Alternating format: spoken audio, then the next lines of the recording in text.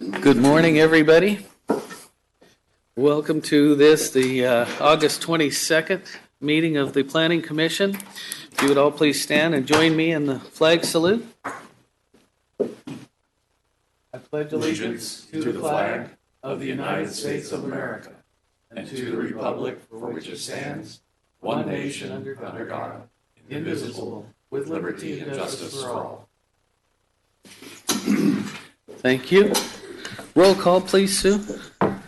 Yes, good morning. Mr. Cannon. Here. Mr. Herzog. Here. Mr. Johnson. Here. Mr. Nader. Here. Mr. Hauge. Here. Mr. Moss. Here. Thank you. A report from our planning director. EJ?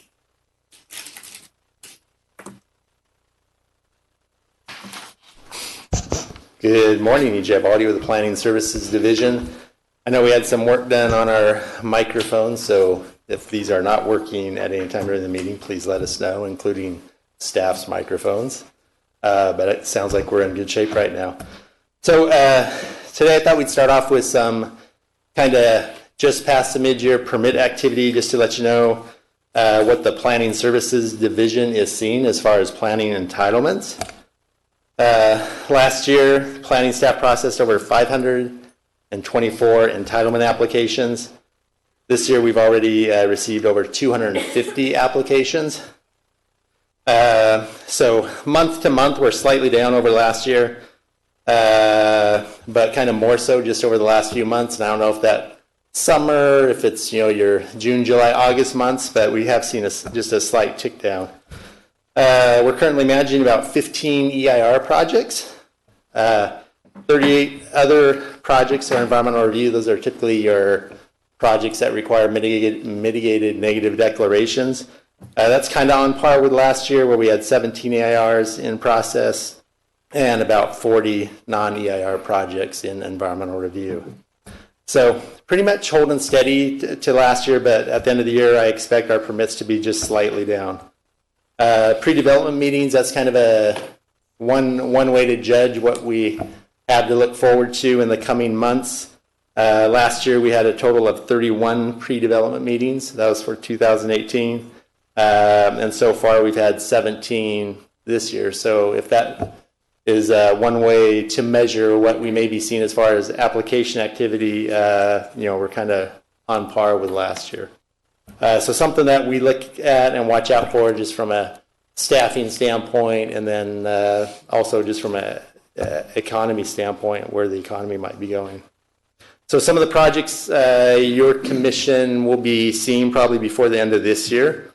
The Placer County Sustainability Plan, which today we're having a workshop on, but that will come for consideration in a couple months. We have the Winery and Farm Brewery Ordinance, the Sunset Area Plan, Placer Ranch Specific Plan. We plan to hold a draft EIR meeting on the Hidden Falls Trails Expansion Project. Hopefully that will occur in September. Then there's multiple other land use entitlement projects that are going to be coming before the end of the year. So it will be getting somewhat busy. A lot of reading material, a lot of EIR documents for you to read. So I just want to prep you for that. We haven't had any board meetings since we met on the 8th. There is a board meeting scheduled next Tuesday, August 27th. CEDRA has an item titled the Affordable Housing Funding and Investment Strategy, so that will be brought before the board. And then they'll also be given an update on the housing and work program for the coming year. That's at the board meeting. Then for Planning Commission, upcoming meetings, the September 12th meeting, we're going to cancel. So that's the next regularly scheduled meeting, September 12th. And then we'll meet again on September 26th. And then we have 2 meetings in October as well. So starting the second meeting in September, things will get a little busy. I think that's all I have. If there's any questions, happy to answer. Hi, Sam. Go ahead. Oh, I'm sorry, I didn't hear. Yeah. Let me see. I frequently get asked about, particularly here in North Auburn, you see these projects that have been approved with use permits. This may be a little bit out of your purview, but at any rate, you see where sometimes they get graded and cleared, and and then they sit for a long time. And so I frequently get questions, well, what's going on with these projects? You know, I guess there's one on Airport Road. There's one just above the shopping center across the street. Yeah, so Auburn Creekside is one example. That's on Auburn 49. They had improvement plans approved. We're able to start that initial clearing of the site. You notice that, trees have been removed. There's several other aspects of the projects, a lot of significant road improvements with Auburn Creekside. And I think just the applicant trying to get the necessary financing and everything to get those projects off the ground. I think they get to a certain point. Sometimes they run into some roadblocks. So we kind of track those and follow those. The hope is that these eventually get built. We're kind of at the peak of the development cycle now. So this is the time you would hope that these projects would get developed. But there are projects out there that only get so far. And so they actually run out of time on their permit. Is that correct? They can. Your commission is familiar that we have lots of extensions of time that come before you. So those are things that you need to consider when you take up those items, and if they are far enough along to complete things before their next extension runs out. Most of these projects, beyond automatic state extensions, have extensions with the county. So those are things you want to take a look at, when you approve those extensions. Okay. So maybe one example would be as you go up Bell Road on the left beyond the shopping center between the PG&E property, there's a cleared area that's been sitting there for a long time. Yeah, funny you bring that project up. We just met with a owner or potential new owner of that property to come in with a development application. The previous entitlements on that project had expired. So a new developer has come in with we're in preliminary discussions about a project on that site. Okay. And like the Morgan Ranch parcel on New Airport Road, that one, there was activity that happened this spring, but now it's all stopped again. Is that one still active? Or? Yeah, I'm not familiar with the status of that project, but I can look into that one. Okay, thank you. Well, could I just do a follow-up question to Rich? I believe on the project north of Target, that Rock Creek Road, which is, if you want to call it a road, anybody who's driven it knows you can almost lose a car in there on that road. I believe that the county is going to go ahead and fund the improvements for that. It's on the north end of that project. At least I think they just approved that to be done with the construction that's being done on 49. And then it's going to be reimbursed by the developer later. That's my understanding. Correct. That was a recent board item that got approved. That project has significant road improvements on all four sides of the project. Right. But the Highway 49 side, the construction and financing provisions were worked out at the recent board meeting. But are they going to do the improvements to Rock Creek Road? That was my understanding, but maybe I didn't. Yeah, I'm not sure. My understanding was it was going to be the obligation of the developer for Rock Creek Road, but I can't confirm that. Oh, okay. All right. Mr. Ken? EJ, just a clarification, if you would, please. For those meetings, thank you for letting us. How about now? Thank you, EJ. For just a clarification, those upcoming meetings, as a Tahoe homeowner as well, I've had an occasion to talk with a number of folks that are very grateful that we have periodic meetings up there. And I just wanted to ask you if any of the future meetings, which ones were going to be, if any, were going to be scheduled for up there. So we do have some projects that are getting close to, or somewhat close to a hearing. Right now, tentatively, the October 24th meeting may be in Tahoe. Just depending on how projects align. My guess is we'll have one more Tahoe trip before the end of the year, and most likely the end of October. That's it, before the snow comes, I'm sure. Yeah. Very good. Thank you for that update. EJ, you gave us a long list of things that's going to happen probably this year. Do you anticipate any special meeting? Not at this time, but that's always a possibility, depending on when some of these final documents get completed. So, as I learn more, I'll keep you guys posted on any changes from the regular schedule. Thank you. Thank you, EJ. All right, thank you. All right. Now would be the time for public comment in the meeting. These would be comments on items that are not on today's agenda. Anybody wishing to make public comment now would be the time. We ask that you try to limit your comments to 3 minutes. The timer light will be on. You know the drill there.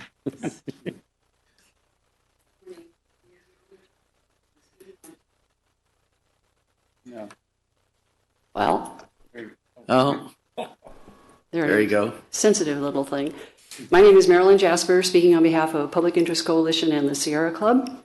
The proposed, winery, farm, brewery ordinance, ZTA, will come before you fairly soon. Wineries, breweries, cideries, roadside stands, and their functional equivalent tasting rooms are fine in rural residential ag and farm zones, but only if agriculture is the primary operation. As some of you know, for 13 years, we've debated different iterations of the existing winery ordinance with controversy about noise, traffic, private roads, hours of operation, number of events, code enforcement, etc. But unlimited events, weddings, and commercial kitchens, restaurants, have never been included, but they are now.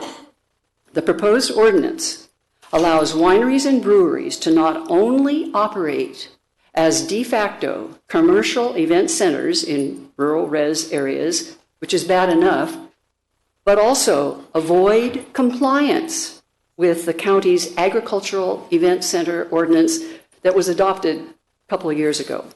The flawed draft environmental impact report mistakenly limited its analysis, impact analysis, to only the existing winery areas, supposedly because that area supports the growth of wine or beer crops, which is irrelevant. The reality is I can plant the required 2 acres of related crops in any rural residential area, have my wine or beer tasting room, and hold those unlimited events, weddings, and restaurant activities. The soil quality or the microclimate doesn't matter because I don't have to use my planted ingredients in my wine or beer. My profits are going to be from my incompatible non-ag operations, the 3 that I've already mentioned. The EIR completely ignored foreseeable countywide impacts and the obvious potential for a boom in wineries and breweries. There are many major problems with this flawed proposal that will be brought before you. And I have a related handout with some experts for each of you. Thank you for your time. Thank you. Anyone else? All right, seeing none, we'll close the public comment. Before we get on to the consent agenda, Commissioner Cannon has asked if you might have a couple of minutes of time here. Thank you, Mr. Chair. I wanted to take a moment and respectfully request that the county and the commission adjourn in honor of longtime Placer County resident who passed away last night, Jim Gray, who was a 30-year Placer County employee, retiring beginning in 1973, I believe, on or about, and retiring in on or about 2003 as the Director of Personnel. Jim was a resident of Roseville, and he epitomizes the exemplary citizenship of giving back through his community. He was a mentor to me and a good friend and encouraged me to get involved locally. His contributions come from youth sports. His passion was Roseville Rotary. the Tommy Apostolos Fund, Roseville Firefighters Charity Golf Tournament, and he was the very first president of that, in fact, and of course, this SPCA. Jim spent 12 years on the City Planning Commission, where I also served, and was also a commissioner on the Charter Review Commission, which is another commission that I serve. And he was on the council in 1998 and in 2002, and was and finished as the mayor. So Jim was a staunch advocate of parks and open space, and a stalwartly committed person in this community. So I would just respectfully request at the conclusion of this meeting that we adjourn in his honor. Thank you so much, Mr. Chair. Thank you.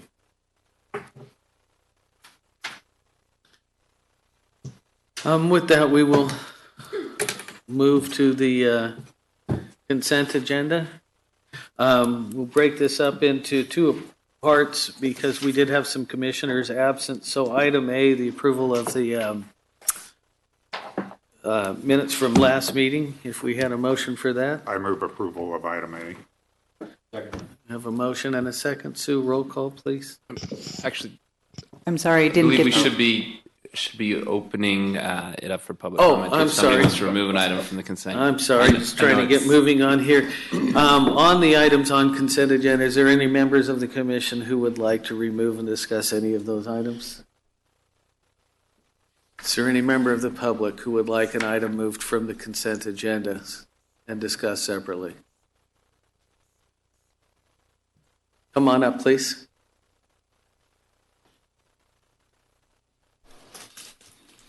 I'd written a letter concerning the Lake Vista estate. They're talking about having a pathway across. Okay, so you would like the Lake Vista Estates item removed from the consent agenda? I'm not familiar with the proceedings. I have comments about that. Okay, so if you have comments about it, then we'll pull it from the consent agenda and give you an opportunity in just a minute, and we'll talk about Okay. that. Thank you. Thank you. Okay, so we have removed the Lake Vista item, but we will go back with motion and second, if that still exists, Yes, it for still item does. A. I did not get the second. That was Rich. Okay. I have a first by Mr. Nader, a second by Mr. Johnson, so a vote for Mr. Cannon, please. Mr. Cannon will abstain because he was absent from the last meeting. Thank you. Mr. Herzog, Yes. Mr. Johnson, Yes. Mr. Nader, Yes. Mr. Hauge, Abstain, I was not at the last meeting. and Mr. Moss. Yes. Thank you. Now I guess we would be on to item C on the consent agenda. I move that we approve item C on our consent agenda. Have a motion. Do we have a second? Second. Motion by Commissioner Nader, second by Commissioner Johnson. Thank you. So a vote for Mr. Cannon, Yes. Mr. Herzog, Yes. Mr. Johnson, Yes. Mr. Nader, Yes. Mr. Hauge, Yes. Mr. Moss. Yes. Thank you. Okay, now we will deal with item B, the Lake Vista Estates. Chris? Good morning, Mr. Chairman and Commissioners. Chris Schmidt with the Planning Services Division. The item before you today is a request for a 2-year extension of time for a granite-based subdivision. The applicant is Lagos Vista Estates LLC. The subdivision is composed of 15 lots on a approximately 36-acre parcel. It's on the east side of Boulder Road, south of the Lagos Estate subdivision, and also east of the Walden Woods subdivision. Zoning on the site is residential agriculture, minimum building site of 20 acres, and a PD combining district of 0.44 units per acre. The project itself, 15 lots, lot sizes 1.15 acres to 2.14 acres, and 2 cul-de-sacs off of Boulder Creek Road. The center area is an existing equestrian center, and the project would surround that equestrian center with some open space parcels. The project was originally approved on July 14th of 2016, and the entitlement expired July 26, 2019. The applicant did apply for an extension of time prior to the July 26th date. If the commission approves the 2-year extension, the new expiration date would be July 26th of 2021. We do have a recommendation to approve the 2-year extension of time for the Lake Vista Estates subdivision map and the conditional use permit in reliance on the previously adopted mitigated neg deck and modified conditions of approval as recommended by staff based on the findings contained in the staff report. So we did receive a number of letters over the past couple of weeks from neighboring residents and also the HOA of Los Lagos. The one issue involved a trail cutting through the Los Lagos common area or common area lot. There's a trail that connects through their lot over to the state recreation area. This project is constructing, you can see in the brown, equestrian and multi-purpose trails through their open space areas. These were informal trails on the project site. They're being relocated as part of this project. This applicant is not doing anything off-site. So these will connect to existing informal trails that cut through the Los Lagos open space area.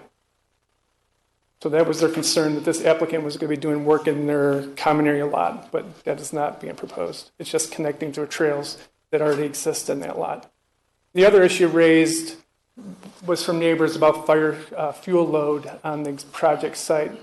So the applicant, I sent the applicant the comments. He did say that in the past they have had fuel load reduction done on the site, and he has contracted with a fuel load reduction contractor to go out there next month to perform more work. So that will be hopefully taken care of within the month or so. And the applicant's representative is here, can also tell you that that work will be happening shortly. I'd be happy to answer any other questions. Any questions for? Sorry, Chris, does that trail exist now, or is that going to be part of the project? There's an existing trail network. It might be even multiple trails that cross the site. I think it's just... So they're not where the line is for the proposed trail, right? They're somewhere else. Yeah, they're somewhere else, so they'll just be realigned to be in the open space lot. So you don't know where they are right now, generally? Yeah, you can't really tell in the aerial. I think they just crisscross the site, to be honest. And was there a concern about where the new location was going to be, or? The only issue in the common space lot is there's some velvet bushes, so they'll be avoided. We have been talking to the applicant. They're looking to phase the project and do the larger cul-de-sac to the north first. So they're working on a phasing plan. So they're actively pursuing the project. They've just been held up for a little bit. The permitting with the state has been longer than they anticipated. Will they, since there is existing trails now, as they develop, will a trail be one of the first things they do so that it doesn't disrupt people who want to get access over to the state? Yeah, we'll work with them on that. I think most of the site is pretty accessible today. Oh. It's not overgrown for the most part, but yeah, I think the trail connection would be important to maintain during construction. I'm assuming, that if they start construction, they're going to not want people just sort of wandering over through the site, right, the state recreational property. So I would think it would be in their best interest to get that trail done pretty early. I agree. Any other questions for Chris? Thank you. Would the applicant like to make any comments, statements? You're welcome to come up.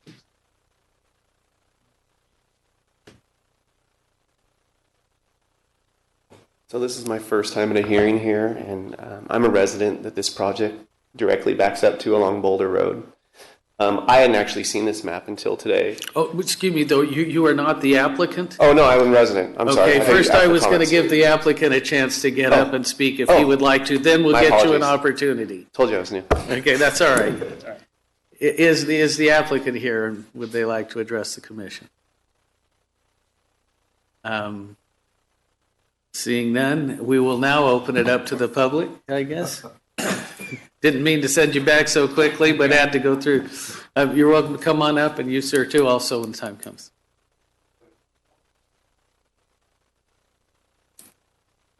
If you could give us your name. My name is Paul Blackmer. I'm the president of the Los Lagos Homeowners Association. A member of our community is fairly familiar with this property and the application, and it's his opinion that the plan would call for having a trail go across our property. There is no map that we found that shows where the trail will go, but we're not prepared to concede our property for that trail. As you look at this map, do you see the conflict of it going on your property? The map doesn't cover it. I have another map. If you have an overhead projector, I can show you the relative. Can you put this up on the screen? I don't think we're. So on your page 71,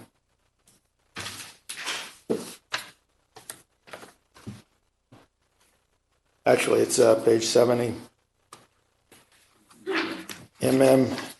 XB1-1, 2. The designation of the new trail easement shall be established as a public multi-purpose trail easement.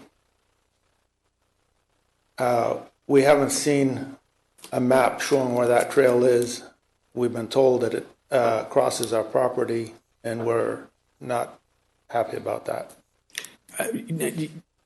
You did hear Christopher Schmidt say that no work is proposed off the site of this project. So whatever trail exists on your property would remain there, but they're not proposing to do any work on property that's not owned by the applicant. Is that correct, Christopher? Thank you. So you tell me I have no concern? My understanding is that the project is not proposing to do any work on property that the applicant does not own. So if there's a trail that exists there now, it would have better access, but I don't see any proposal that it's going to do work on a trail on Los Lagos' property. Thank you. Ma'am, if you'd like to come on up, please do.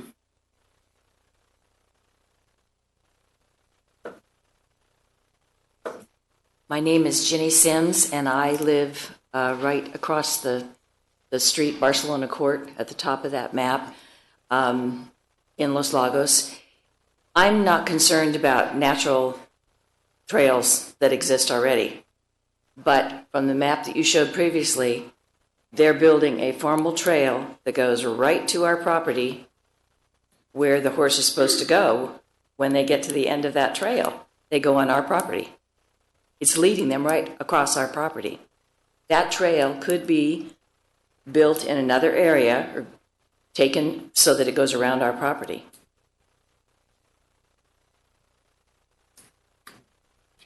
Could you to point the park out, area. Yeah, maybe there's a pointer. Maybe you could point out where on the map you're talking about. Yeah.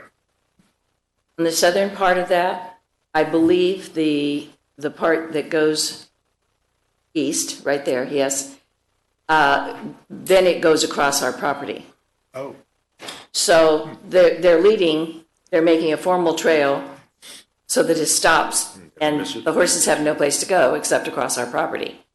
There are other places that could go in order for them to not cross our property to get to state parkway, state lands. I think it's very difficult for a decision to be made with maps that are not adequate. I haven't seen a map. I looked online for an hour, couldn't find any map showing trails or proposed trails. So I think this needs to be investigated. Thank you. Mm-hmm. Chris, do trail easements already exist on the neighboring property? I did not originally work on this project. I do have an email from Rebecca Tabor from ESD, specifically speaking about this project site, that the conditions of approval formalize the public trails within this property. So I think there's just been trails used over time that have been established. Here, we're actually going to get an easement through this project approval to formalize the trails. I think you can see down here, there's lines that kind of show where this connects to off-site trails. I don't know if, I'm sure there's not a dedication to apparently to the Los Lagos lot. I don't know if they could fence that, if they don't want the public going through there and it would just dead end on the site. But here we're trying to provide a public amenity that's already in use and formalizing this as a dedication to the county for the public trails. Off-site, I can't say what happens there. Okay. Well,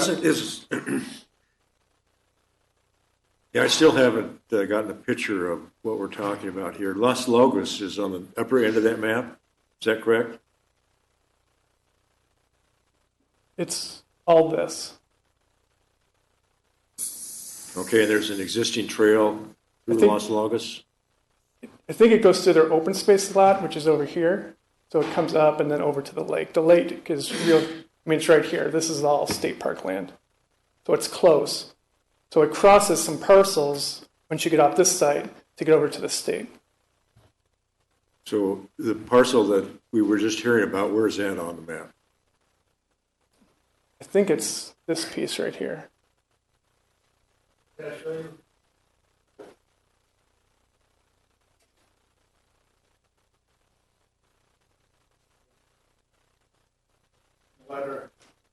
It's this piece. This one here. That's part of Los Lagos? Wow. What we call lot M.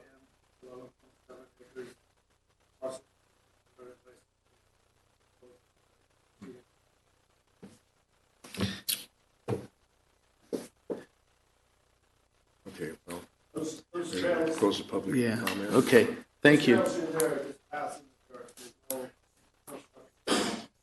Thank you. Chris, could you go back to where the trails are shown?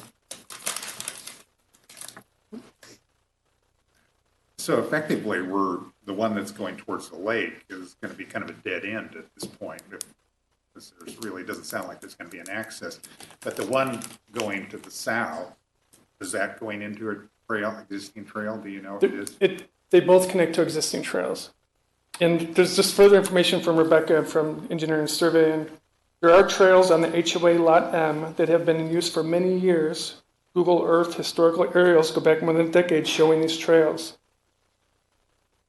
Our position would be that there's no change to the HOA lot as a result of the original subdivision entitlement or the current EOT application. But apparently there's not an easement, a written easement. It sounds like there's no easement, it's just been publicly used sort of over time. prescriptive, kind of has been there for a while. Okay. Any other questions? Thank you. Is there any other public comment? Okay. So there actually is a marked, can I look up the map?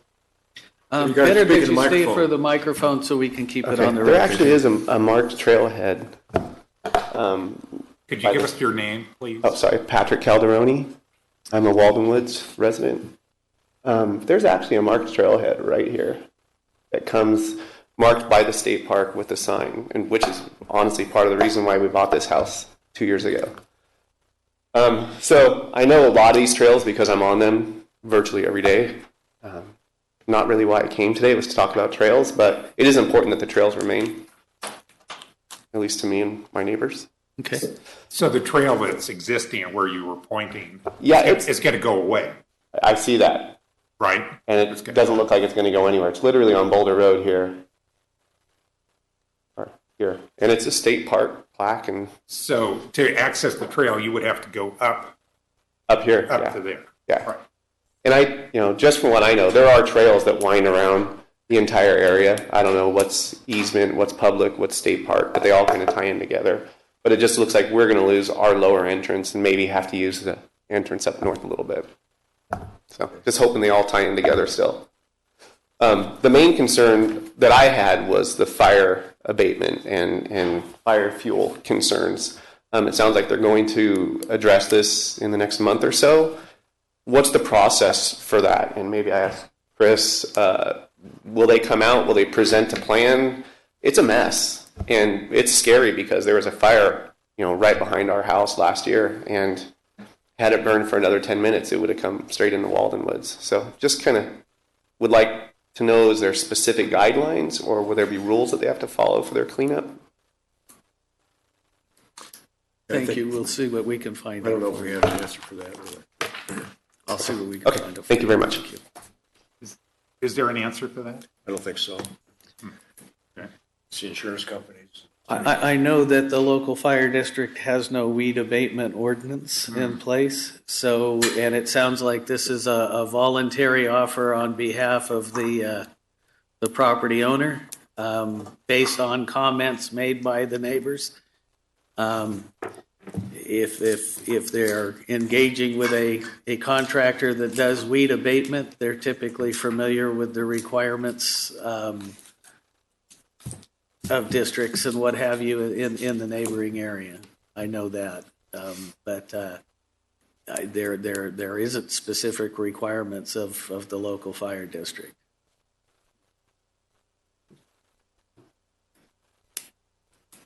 Good morning. My name is Diana Butler, and I represent the Walden Woods Homeowners Association as the president.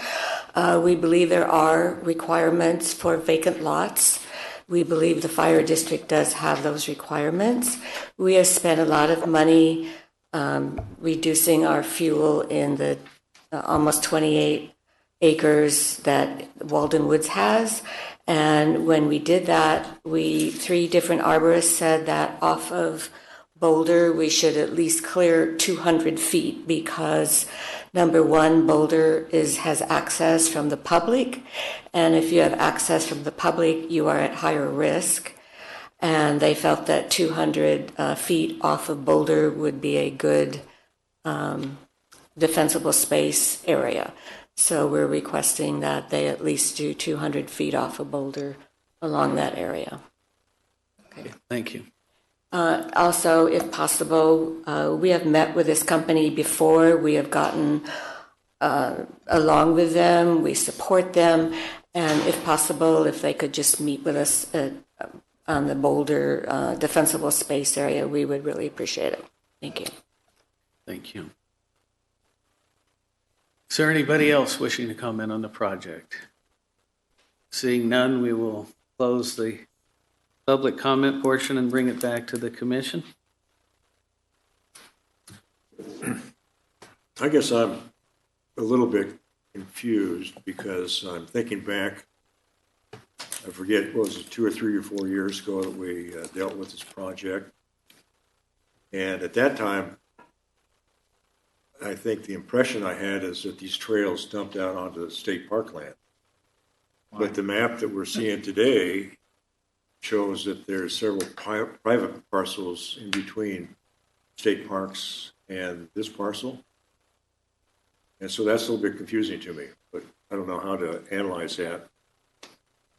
But at any rate, we did talk about changing the locations and the open space, and I remember that.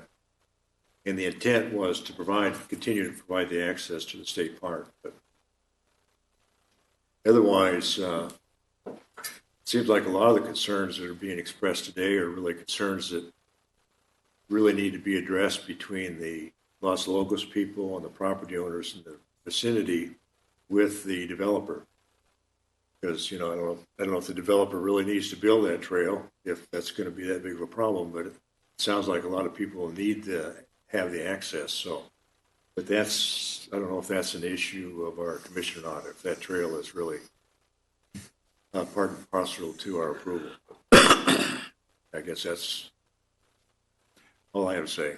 It appears that the county assumed that there was no problem with the continued access of those trails. So it sounds to me what we're hearing from the HOA, Los Lagos, the HOA, is that if those trails are ever built, that there will be a legal challenge to the access to those, continued access to those trails. And I'm seeing them shake their heads, so I'm guessing that's going to happen. But as you said, I don't know that that's an issue for us. I mean, we're just looking at the project itself. At some point, Los Logos might be before this body or something similar, looking for a discretionary approval where the remaining piece of the puzzle can be acquired and make sure that there is actually a trail going to the lake that has the deeded access. In the meantime, the first piece is is provided for. I don't know, I mean, we can't reach out beyond the boundaries of the property. Right. And, well, normally, at least it's my understanding that trails and even roads that have been really open and used by the general public for a period of years can make a good argument if they have proof that they have a prescriptive right to use those trails. So that could be the issue that the residents that want to use those trails are up against with Los Logos and the other property owners. Not a battle for here today. Right. Do we have a motion, gentlemen? Anybody ready? I'd like to move that we approve a 2-year extension of time request for the Lake Vista Estate vesting a tentative subdivision map and condition use permit in reliance on the previously adopted mitigated negative declaration and modified conditions of approval as recommended by staff based on the findings contained in the staff report. Second. You have a motion and a second. Roll call, please. Thank you. I had a first from Mr. Nader, a second by Mr. Hauge. So a vote from Mr. Cannon, please. Yes. Mr. Herzog? Yes. Mr. Johnson? Yes? Mr. Nader? Yes. Mr. Hauge? Yes. Mr. Moss? Yes. Thank you. Right. That is our consent agenda. Let us move on now to our 10:05 item, Placer County Sustainability Plan.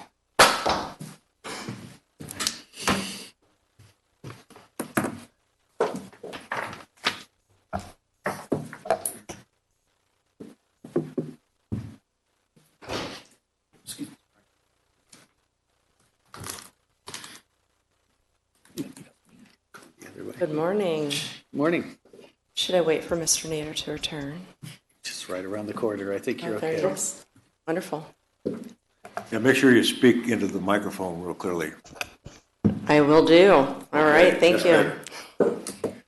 Well, thank you, Mr. Chair Moss and Commissioners. My name is Angel Green. I am a senior planner with the Planning Division, and I'm here to present on the Placer County Sustainability Plan. So I'm pretty excited to be here today. One does usually not get excited about talking about greenhouse gas emissions, but we've certainly have made a lot of progress. We've just released our draft sustainability plan document for review. We're conducting workshops today and concluding today with this workshop. So we're excited to present this project to you. The purpose of this workshop will be to walk through the technical appendices. It's part of this plan.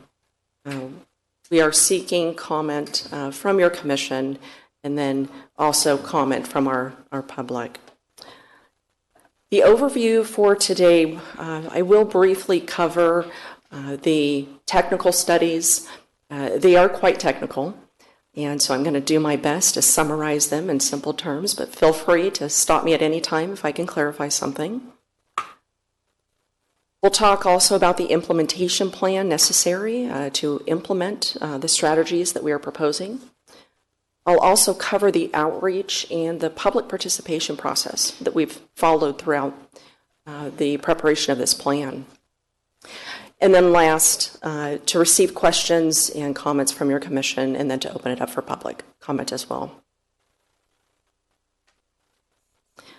Before I get into the background in the regulatory environment, I do want to introduce our working team that we've established for the sustainability plan.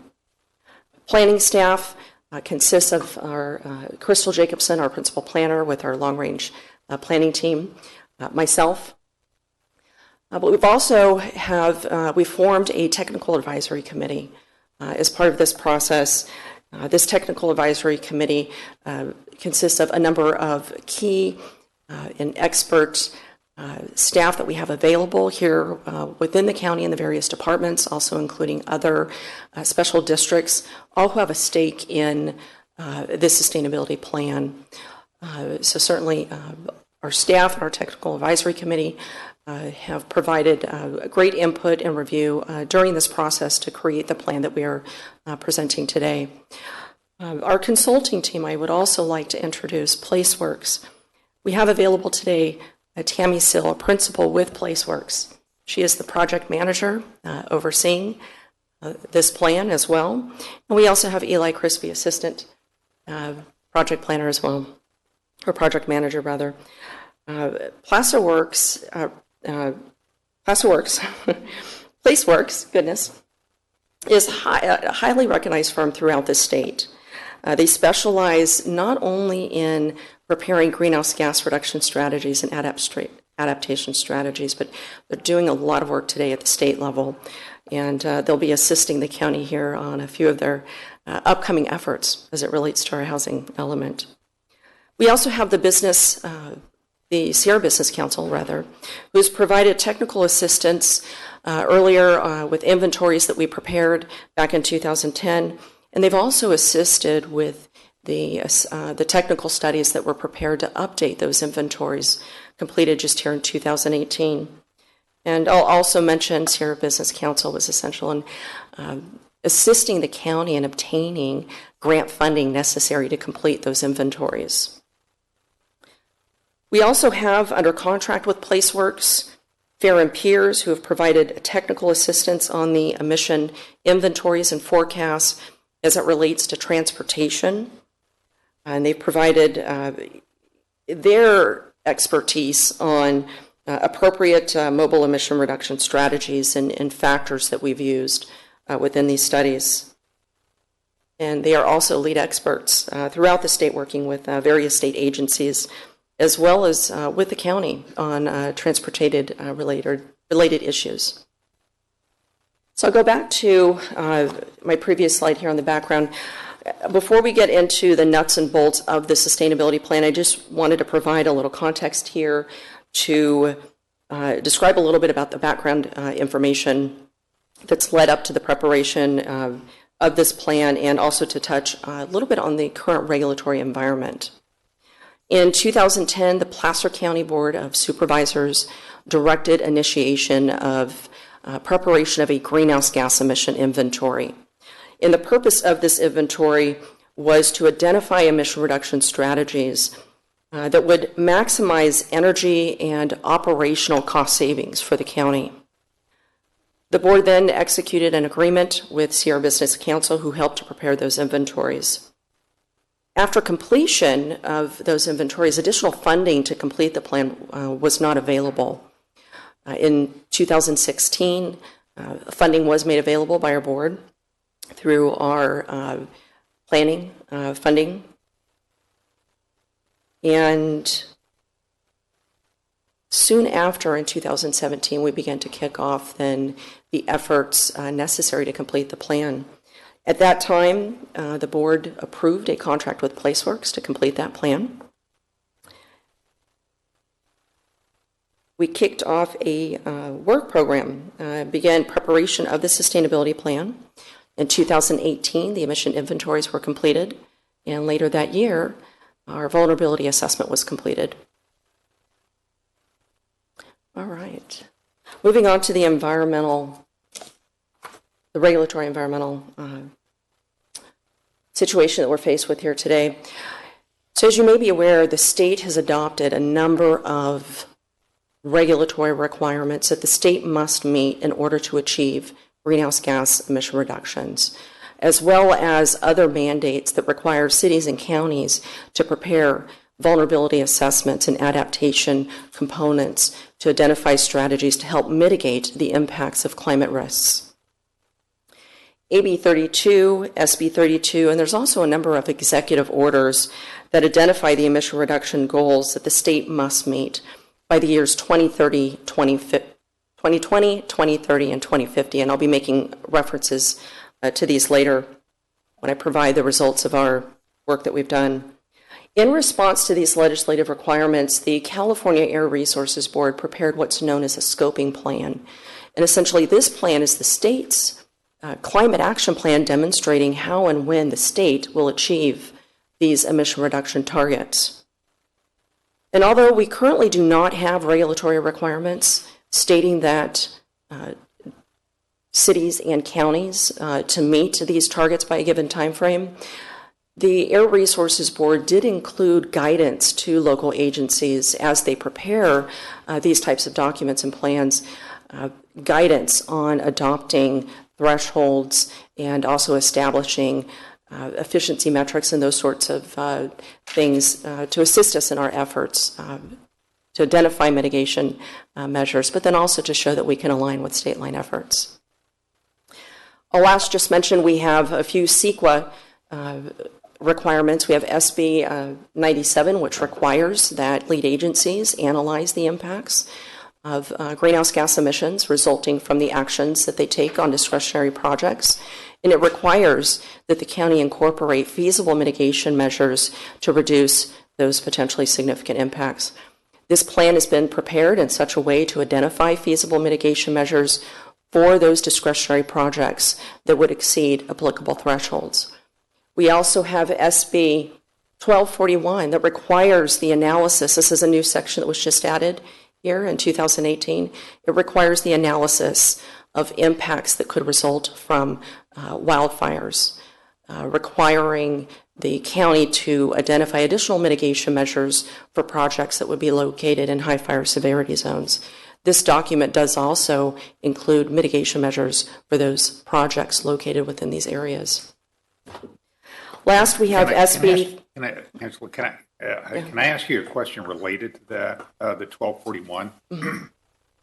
So is that already now being applied to all projects that are within wildfire risk areas? Yes, that is correct. So any projects that come before us, they have to weigh that in the part of the process that they go through. Is that correct? That would be correct. Any discretionary project that is requiring environmental review, preparation of initial study, where you may have either a mitigated neg deck or EIR, you will find this section in the checklist. Does it create a higher hurdle for these projects to get approved?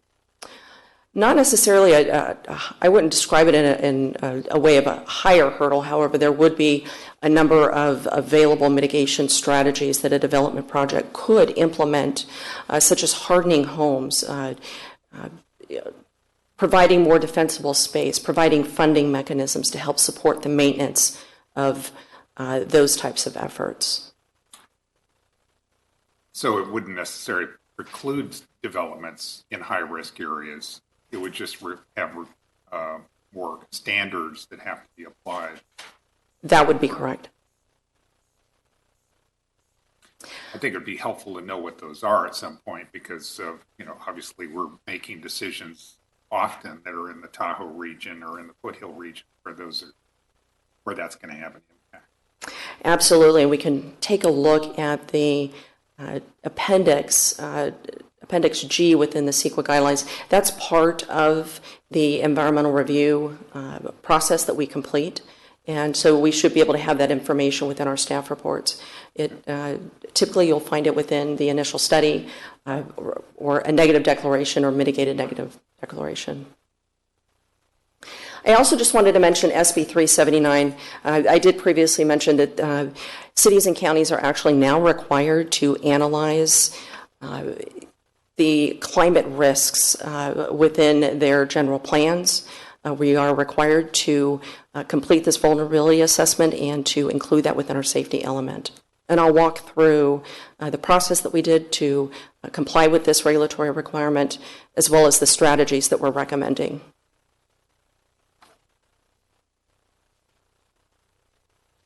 All right, so a quick introduction on the sustainability plan itself. All right, so the sustainability plan is a comprehensive roadmap. It will outline various programs and policies that will be undertaken by both the community and the county as a whole in order to achieve the most significant emission reduction measures while considering feasible options for development projects to mitigate their impacts. This plan does include two main components: a greenhouse gas reduction strategy and an adaptation strategy. The greenhouse gas emission inventory and forecast has been completed. We have the vulnerability assessment also completed in 2018. This plan does include both greenhouse gas emission reduction strategies and adaptation strategies. And the last component is the adaptation section, which also includes strategies necessary to ensure complete implementation of this plan.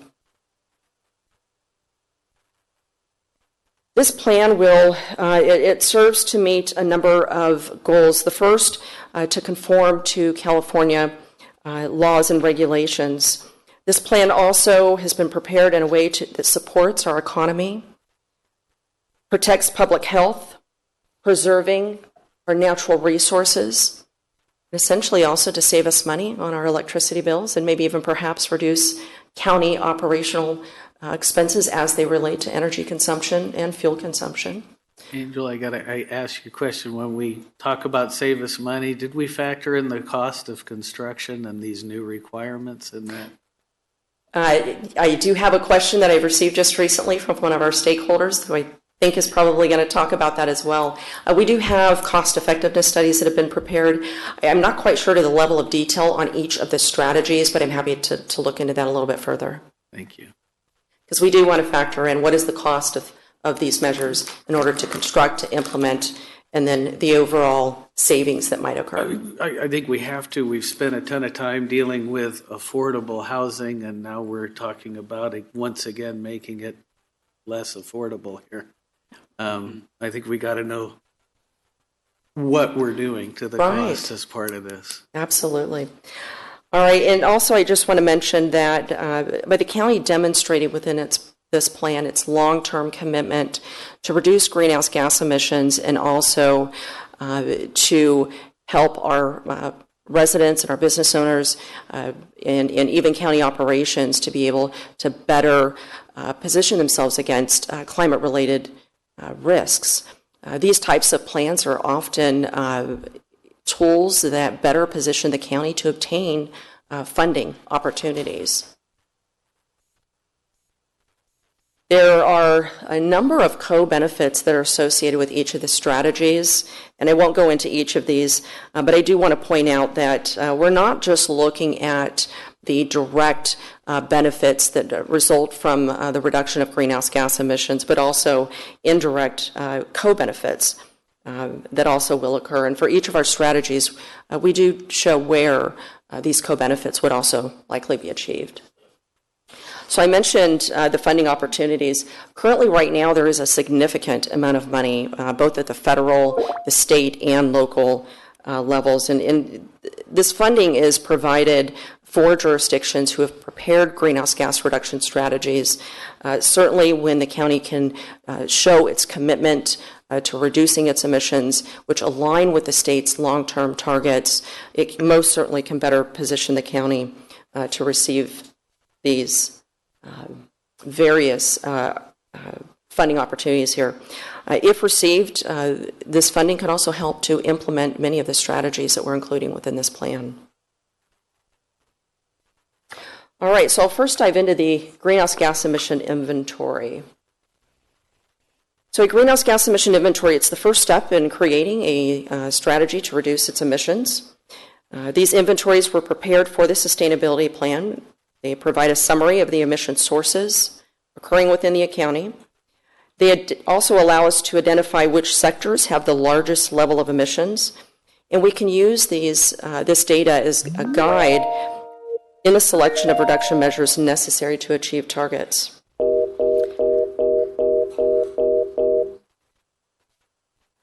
Included within the sustainability plan, we have a 2005 baseline inventory as well as a 2015 inventory. Each inventory includes a community-wide as well as a county operations inventory, and this would be specifically for the unincorporated portions of the county. We are not including any of our cities within this plan. And also, baseline refers to the emissions that have occurred in the past at a given time prior to any strategies to reduce emissions. And essentially, we can use these baselines to measure our progress that we're making over the years. These inventories were prepared by Sierra Business Council with the support from PlaceWorks, Fair and Peers, and county staff. The inventories were prepared using protocols and best practices consistent with the U.S. Community Protocol for community-wide inventory, and for our county operations, we've utilized the Local Government Operations Protocol, consistent with state recommendations. So in accordance with these protocols, inventories include emissions from the following sectors. We have residential energy and non-residential energy use. This would be your electricity and natural gas that's used, including propane, fuel, and wood.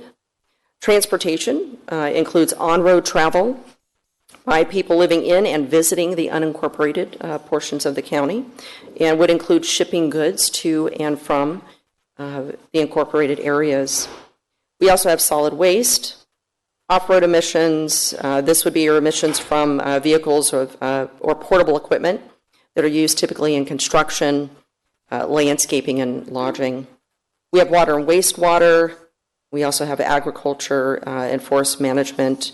Those typically would come from agricultural operations using equipment, rice cultivation, forest biomass burning, and a few others. For the inventory itself, within the sustainability plan, again, we have two inventories, the 2005 baseline and the 2015 baseline. This blue bar demonstrates those emissions that occurred in 2005. The green bar shows the emissions occurring within 2015. And if we do a comparison here between the two inventories, we see that there was a substantial decline in emissions. Residential and non-residential emissions certainly declined, as well as our transportation emissions. There was one exception, and that was with solid waste. Solid waste is one of those sectors where we've actually seen a reduction in the amount of waste that is being received by the landfill. However, due to the nature of emissions such as methane and the time period that it takes for material to decompose, often you'll find that emissions in these sectors will increase because the cumulative collection of all of that waste is increasing, and it takes a significant amount of time for those methane emissions to reduce. Overall, we saw a reduction between 2005 and 2015 of 16%. Some of the key findings, the largest source of emissions for the community-wide inventory is the transportation sector, followed by the residential energy use, and third, the agricultural sector. Moving on to the county operations, we have similar sectors here that are also analyzed. But we also have a few others that are a little unique. We've got buildings and facilities. We have fleet vehicles. This would be the emissions from on-road transportation vehicles used by county staff during their daily activities. Also, transit operations. We do include emissions from fuel use from county-operated public transit vehicles. We also have a few others there that I won't necessarily go into. But here we have, again, the comparison between the 2005 and 2015 inventory. Essentially, we did see an increase in some of these sectors and decreases in others. Overall, there was an actual increase of 22%. The increases in the amount of waste at the county landfills did cause a significant increase in solid waste emissions. And we also saw an increase in public transit, and this was due to a higher number of participants using public transportation, which certainly helped to reduce our mobile emissions within our community sector, but again, causing a slight increase in our transit. Key findings here. For solid waste, it was found to be the most significant source, generating roughly 51% of the county's total operational emissions. Employee commute and travel was the second largest source, followed by buildings and facilities.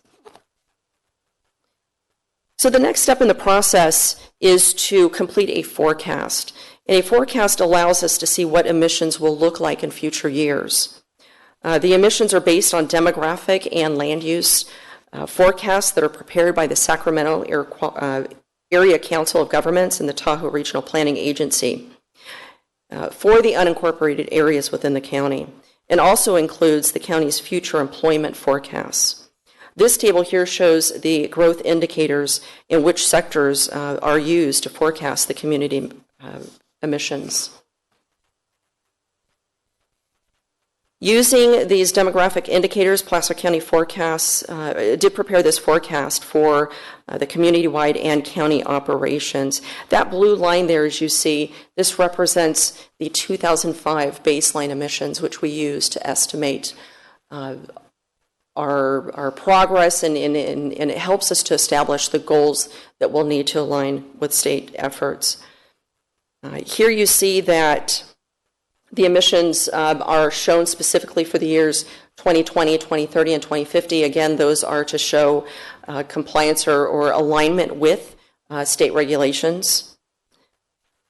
These emissions estimate how these emissions will change over time if there's no action taken.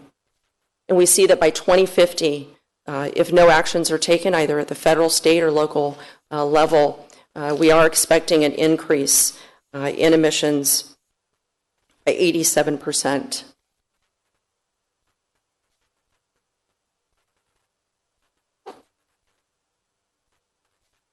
I'll move now on to the greenhouse gas reduction strategies. First, talking about the state and local efforts to reduce emissions. So the next step, we want to be able to take credit for those reductions that the state has implemented as part of their regulatory process. The county can receive credit for these reductions. A number of those state activities do include the Renewable Portfolio Standard. This establishes minimum percentage rates for electricity that utility providers must provide coming from renewable and carbon-free electricity. Some of those requirements require that 33% of renewable energy be achieved by 2020, 60% by 2030, and 100% by the year 2045. The Clean Car Standards, here adopted in 2002, also known as the PAVLI 1 standards, this year requires new passenger vehicles to meet more stringent fuel efficiency standards. Similar with the low carbon fuel standards, where the state is requiring that transportation fuels such as gasoline and diesel sold within the state to be less carbon intensive. We have the Title 24 energy efficiency standards here, where for new buildings, these standards are updated to be more stringent every 3 years.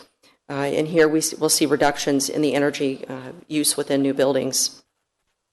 Others worth mentioning that I don't necessarily have on this list, they're fairly new, pending quantification guidelines that we hope to allow for further reductions and updates to our sustainability plan. We have the mandatory commercial organics recycling, also known as SB 1826. This requires businesses generating certain levels of organic and solid waste to begin separating and recycling that material. Short-lived climate pollutant reductions, also known as SB 1383, this requires a 50% reduction in landfilled organic waste by 2020, a 75% reduction by 2025, as well as a 20% increase in recovery of currently disposed edible food. So with future updates, again, and with guidance that should be coming from the state here soon as to how we quantify those reductions, we hope to be able to take credit for those as well with our future updates. So we also have local actions in addition to state policies. Placer County certainly has its own goals and policies that help to reduce energy and other emissions related to greenhouse gas emissions. These include energy efficiency programs, transportation management, and cleaner energy fuel sources. And I've listed a few of these up here, and I think most are probably familiar with the Pioneer Community Energy program, which is also subject to those energy requirements that I listed pursuant to SB 350 to achieve and obtain renewable energy by certain levels here in the future. We also have solar installs, which has provided since 2016. The county has installed more than 1,084 solar energy systems. Zero emission buses. The county has also made significant improvements here as well. 25 of the 30 heavy-duty buses here in the county are CNG, natural compressed gas. We have 5 that are not. Rather, they are use clean diesel. Over-the-road coaches, let's see. I won't get into the specifics there, but in any event, we've had a number of improvements relating to zero emissions for buses. A few others, we've got building and appliance retrofits. I'm sure some of you are aware of the Placer County Government Center, but we've also made significant improvements to county buildings as well within the county, some of those achieving LEED certification and other green building recognizing type of awards. All right, so if we factor in then, well, what does that do for us? Here we show what the forecasted emissions would be, taking into account the state reductions. The green line there, those are our forecasted emissions, and the blue line here shows how far those state reductions will get us, at least the ones that we can quantify today. For the greenhouse gas, for the state and local reductions, this here would also include those programs that I just mentioned as part of Placer County's efforts. And we do see just a slight increase, or decrease rather, here with those efforts, bringing us just below the 2005 baseline emissions. So I'll mention just briefly the targets here. The next step is to identify the targets that would be appropriate for the sustainability plan, and then to identify the emission reduction strategies necessary to align with these state targets. A recap real quick on the state's reduction targets. We have a 2020 goal that requires the state to reduce its emissions to 1990 levels. This would be equivalent to a 15% reduction below our 2005 baseline. The 2030 goal requires the state to reduce its emissions 40% below 1990 levels. And even though we do not have an absolute threshold that we use, the state does recommend local jurisdictions to achieve a 6 metric tons per person threshold. And then for our 2050 goal, this would require the state to reduce its emissions 80% below 1990 levels, and this would be equivalent to 2 metric tons per person in the year 2050. The scoping plan, as I previously mentioned, provides local governments with options for adopting per capita thresholds and also absolute thresholds. And so for the purposes of this sustainability plan, we are establishing a new metric threshold for the 2020 target, and then the per capita targets that you see here for 2030 and 2050. Our next task then is to identify the strategies, and I won't get into each of these because I know we're running a bit late here. But essentially we've identified emission reduction strategies specific to each of the sectors that have been analyzed for the community-wide sector, as well as those as part of the government operations.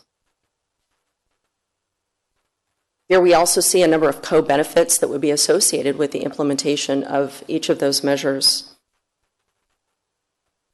I wanted to show just real quick what each strategy looks like in the detail that we have in here that would allow for implementation of these strategies. So first you see that the strategy itself includes the measure language. If the reduction strategy can provide future reductions in future years, we certainly show what the potential reduction could be for those strategies. Also, the action items that would be necessary for the county and the various departments in order to implement these strategies.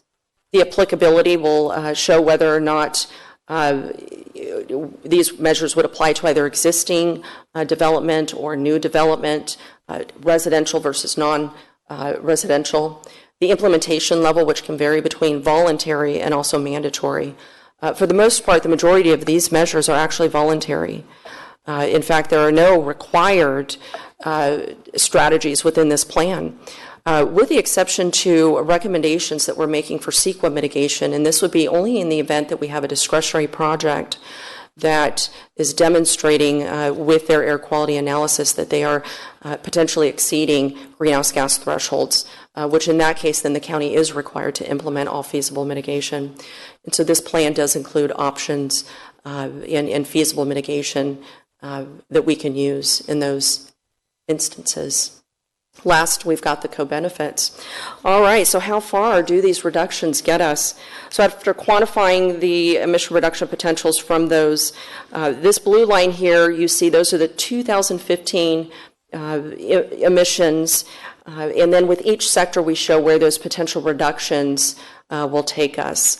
Glad to report that this sustainability plan does show that our efforts do meet the 2020 goal. And also this plan, it sets a trajectory for the county to achieve the 2030 and 2050 long-term goals that the state has established. I'll move on now to the vulnerability assessment, unless there are any specific questions on the greenhouse gas section. Last time you guys presented, I had a question. What is a sustainable level of greenhouse gas per individual? Per individual. Well, because it's a global issue, so therefore it's per individual. But what has been determined to be a sustainable level of individuals in the world to produce greenhouse gas? So the California Air Resources Board has recommended within the scoping plan, they are suggesting a 6 metric ton per person in order to achieve the 2030 target. And they are also suggesting that a 2 metric ton per person would be necessary to achieve the 2050 target. Understand. But what would be interesting, I think, from a decision standpoint is what is sustainable? Is it zero? Can we produce nothing? Or is it the 2 metric tons per individual? But what is sustainable worldwide?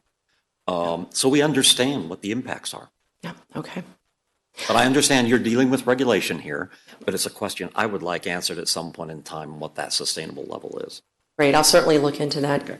And that might be a question that our consultants might be able to answer here later as well. And on those lines, I guess what I'd be interested in is based on the state goals, if Placer County's numbers tomorrow went down to 0, straight across the board, what effect is that going to have on the total state output?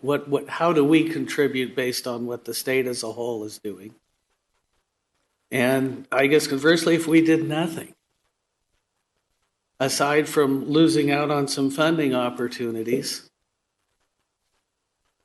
what is going to happen?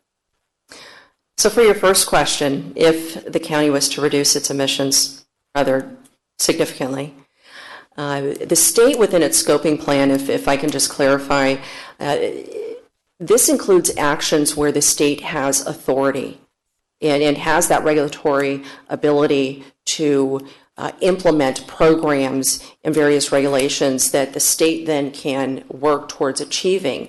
There are some strategies, let's say, for example, SB 375, which directs SACOG, our metropolitan agencies, to work with local agencies in order to reduce trip length and trips by looking at ways to better connect our housing patterns, land use types, connecting to transportation hubs and those sorts necessary to achieve emission reductions that are outlined within their scoping plan. Is Placer County 1% of the state's greenhouse gas production? Is it 10%? Is it 1/10 of 1%? To my knowledge, they do not provide that level of detail in their scoping plan. I'll have to verify that. But what I can share with you is that the emission reductions that they were hoping to achieve as part of SB 375, they have stated that those are not being achieved.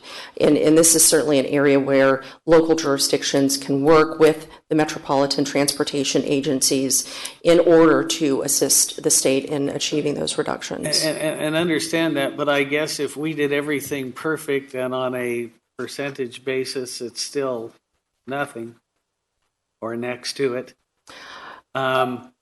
Is how much is the effort? Like I say, I mean, because my understanding on a nationwide basis is as far as a global producer, we are a very small percentage, and even if we do everything right, the overall effects are not going to be significant. And I guess my question is on a statewide basis, are we in the same boat? Are we clamoring hard to do everything right, only to have it in the long run, if nobody else is doing the same, not have a significant or any effect? Right. Well, if I may, the scoping plan does state that they do see an opportunity for local jurisdictions to assist the state in its efforts. Certainly, the state does not have regulatory authority over land use, and with land use, we have the ability to better design projects to incorporate mitigation necessary to reduce emissions. And I would say that the state is looking to local agencies and jurisdictions to assist with their efforts. Hi, Angel, I have a question. Were you going to comment It's on a that? different, so okay. Keep going. With respect to farms, I know you have an ag section here. Just wanted to know how we differentiate between people and animals. We talk about per person emissions, but I know that beef and livestock and contribute to this, and would hate to see farms and livestock get, a short end of a stick here. We have a large farming population in Placer County, and so how do we differentiate between those animals and humans, and are animals included in that per person? I wouldn't think so, but how do we address that? Not at this time. Right. But I do believe in attending a conference just this last week that the state certainly is interested in looking at the needs of our agricultural sectors and the needs of animals, because certainly feeding animals and making sure that we have them available to provide food for us in future years, certainly we need to consider then the emissions that are associated with farm animals. There are activities that are included within this inventory that relate more to the operation of equipment and fertilizer and those sorts. But to get to the actual animal question here, that's something I believe our state is going to be addressing here soon. Okay, because the animals produce their own greenhouse gases, right? And so Right. It's not just the care for feeding and fertilizer, they produce their own. And just want to know how that was included in the equation. Okay. And at such time that the state provides guidance and emission factors and those sorts of things that we can use, certainly that would be something that we would incorporate into our next update. Yeah, we have to remember that humans are also an animal. Yeah. I'm sorry, but I kind of got hung up on page 3. Page 3. Yeah. Of the staff report? There's a table of 1. It's probably just an error in typo or something like that. But at any rate, in agriculture and forest management, we started out with 268,000. Mm-hmm. And in 2015, we ended up at 9,000. But the percentage for agriculture and forestry is still pretty high. And maybe at 9,000, it's probably down to the 1% range. But that may just be a typo. Yeah, we could certainly look into that more. I did get kind of hung up trying to figure this out. Right. I don't know the answer offhand, but yeah, I'm happy to. Okay. Is it? Oh, absolutely. Can I ask our consultants to come up and explain that question? Thank you.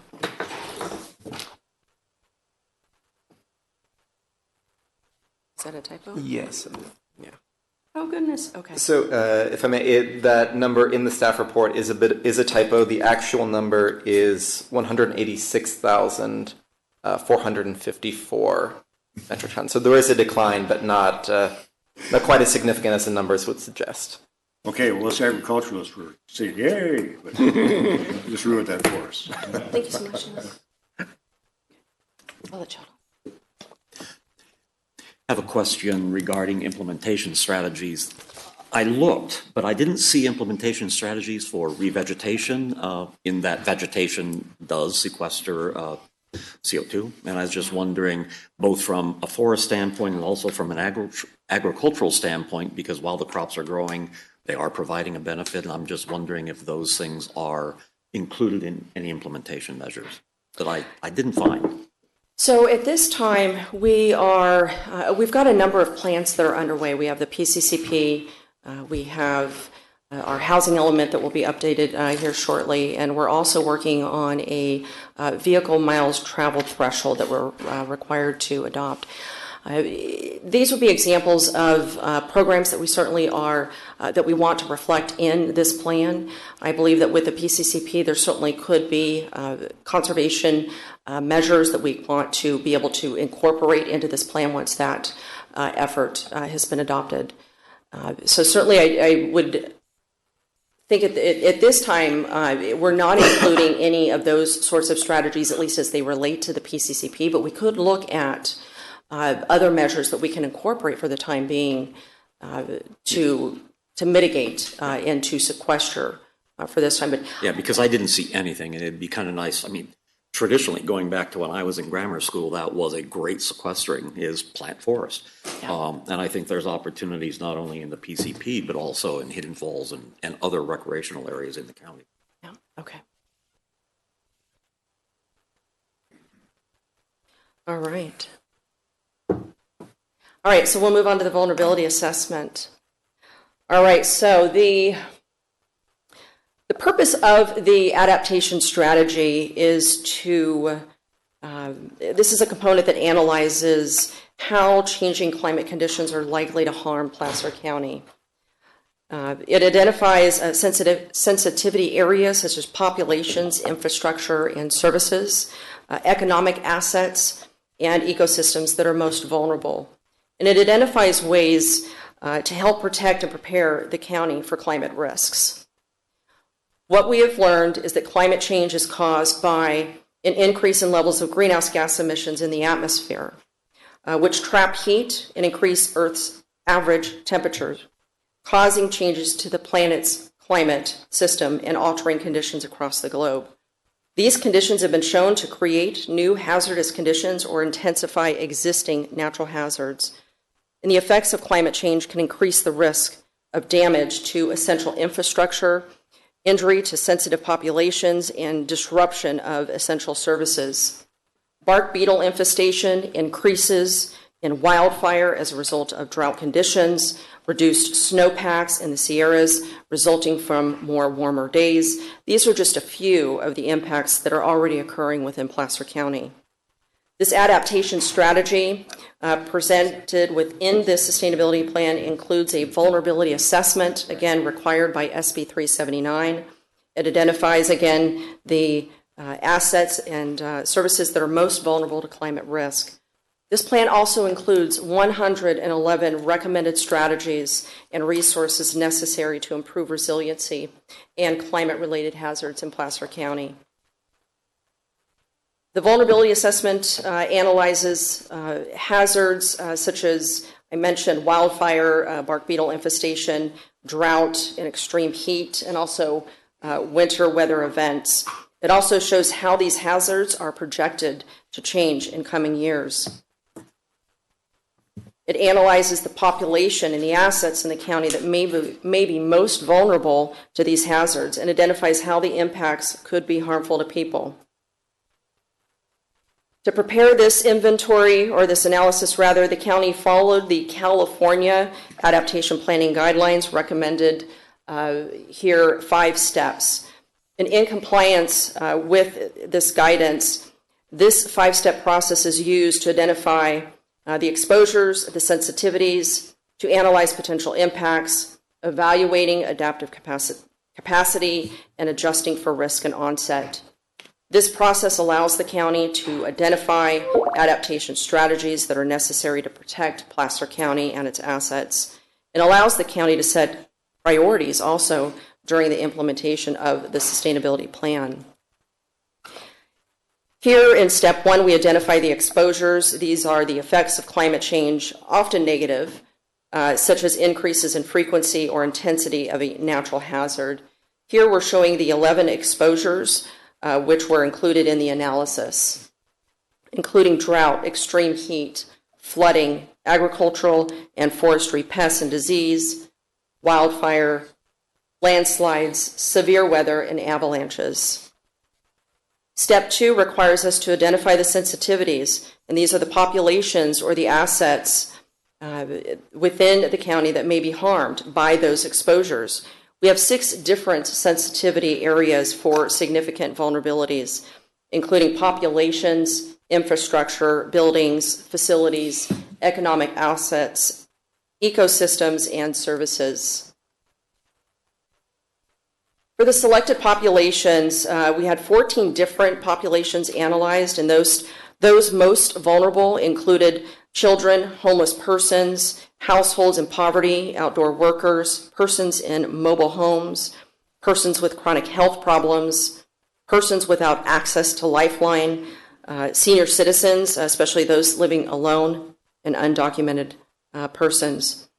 These sensitivities are most vulnerable to extreme heat, especially for those that are sensitive, that are spending longer amounts of time outdoors, such as children, outdoor workers, and homeless persons. Senior citizens living alone are also most vulnerable to decreased mobility and disabilities or illnesses that can make recovery from natural disasters more difficult. Households in poverty are also vulnerable to several hazards because of the additional financial burdens of healthcare, higher utility costs, and home repairs that would make preparation, response, and recovery efforts more difficult. Also, persons with physical or behavioral limitations that might impede their ability to respond to an event during an emergency. For infrastructure, we have 13 different types of infrastructure that were analyzed in the analysis. Those that are at greatest risk include access roads, biking, hiking trails, bridges, communication facilities, electrical transmission lines, and power plants. Infrastructure sensitivities are most vulnerable to landslides, as important infrastructure can be swept away or buried or damaged. Access roads are vulnerable to most exposures because these roads are critical for access to various communities and neighborhoods, and any damage or closure can effectively isolate these communities, potentially creating severe health and safety risks. For our buildings and facilities, the vulnerability assessment reviewed 9 different types of buildings. We found that 3 were most vulnerable to climate change exposures. This included homes, community facilities, and community and regional parks. These sensitivities were most vulnerable to wildfires, which can damage and destroy residential neighborhoods, community centers, and park facilities. Homes are the most vulnerable building sensitivity, as they are vulnerable to forestry hazards, landslides, severe weather, and wildfire. The most vulnerable buildings and facilities also were found to be located in more rural areas where they are more likely to be exposed to harmful events, including wildfires and landslides. For our economic assets, of the 10 drivers that were analyzed, 8 are considered highly vulnerable to climate change hazards. These include farms, orchards, vineyards, livestock, outdoor recreation, rice growing areas, ski resorts, state and national protected lands, timberlands, and water and recreation sites. The most economic drivers are highly susceptible to impacts from drought, which can cause a decrease in the snow impact and overall water supply for agriculture and recreation. Ski resorts are also particularly vulnerable to drought because of the significant reduction in snow levels and a decrease in the ability to operate during the winter season. Extreme heat also creates vulnerability for farmland, livestock, outdoor recreation, and timberlands. Plants and animals can be harmed by heat waves. Trees may not be able to fight off pests and diseases, and fewer people will participate in outdoor activities during extreme temperatures. Last, for farms and vineyards, these were also found to be vulnerable to most of the exposures due to potential damage to crops and loss of economic activity. For our ecosystems, 3 of the 6 main ecosystems evaluated found to be highly vulnerable include conifer forests, which are already harmed by bark beetle infestation and wildfire. They are vulnerable to most of the exposures because drought and extreme heat can stress or weaken trees, leaving them more susceptible to forestry pests. Diseased and weakened trees especially are vulnerable to large and intense wildfires. Other ecosystems, such as mountain meadows and shrub, are also highly vulnerable to drought as they can be weakened or killed off by substantial change in the local climate. All 3 highly vulnerable ecosystems are susceptible to wildfire exposure, which can decimate the plant life and soils of those ecosystems. Finally, we have services. The vulnerability assessment evaluated 6 key services, 2 which were highly vulnerable to hazards. Those include communication and energy delivery. Although many of the services are moderate, we found that many of the services, although were moderately vulnerable to landslides and wildfires due to the potential change to infrastructure and buildings. For communication services, these were found to be highly susceptible to damage from severe weather events, which can damage communication and infrastructure and decrease network capacity. Energy delivery, also highly vulnerable to extreme heat events because high temperatures can cause mechanical failures of the grid and can cause heat damage to electricity lines, creating a high demand also for electricity to power air conditioners. I'm just going to briefly cover the approach that we're using with our adaptation strategies here. Again, as I mentioned, we did identify 111 strategies. These essentially will help to mitigate hazards, increase public awareness, provide financial assistance for homes and businesses, and identify funding sources for countywide mitigation efforts. Also, these strategies will allow for the county to continue to form local partnerships and increase coordination between county agencies with an overall improvement also with health, safety, and community resiliency. Each strategy includes a goal statement, the desired outcome, as well as the co-benefits that can be achieved. And certainly there are additional greenhouse gas reduction strategies that we also tie into our measures to account for these adaptation efforts. Also included, we do identify the responsible or county agency, other hazards that would also be addressed by the strategy, and then of course the language that we are proposing for each strategy. All right, a couple more slides here. We've got the implementation program. Let's see here. All right, so here are the strategies that we are recommending for implementation. To guide successful implementation of the plan, these strategies have been identified necessary to help the county reach its greenhouse gas reduction goals and to reduce our emissions, but also to improve resiliency. Each implementation strategy is accompanied by a number of actions that will help further explain the efforts necessary to conduct the measure efficiently. County staff and assigned responsible agencies will then follow out those action items and report on the progress that we're making. Once adopted, the sustainability plan would be considered a living document where periodic updates to the sustainability plan can be made to account for newer technology, programs, data, and policies at the state and local levels. Future actions at the state and local levels often will provide additional emission reductions necessary to bring the county's emissions closer to the state's long-term goals. So included here we have 5 measures, and I'll just briefly mention that the first 2, where on an annual basis we will monitor and report the county's progress towards achieving targets.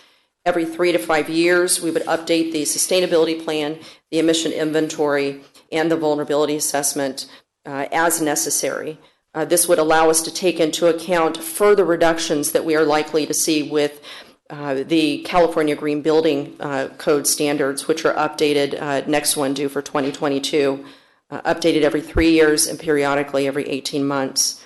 Within the transportation and land use section, we are hoping to see some significant reductions that the state will be laying out as well as part of SB 375.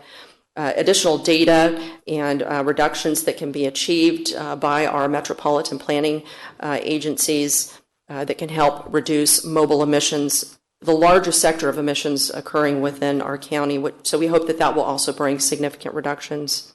And last, the state scoping plan, which is updated every 5 years.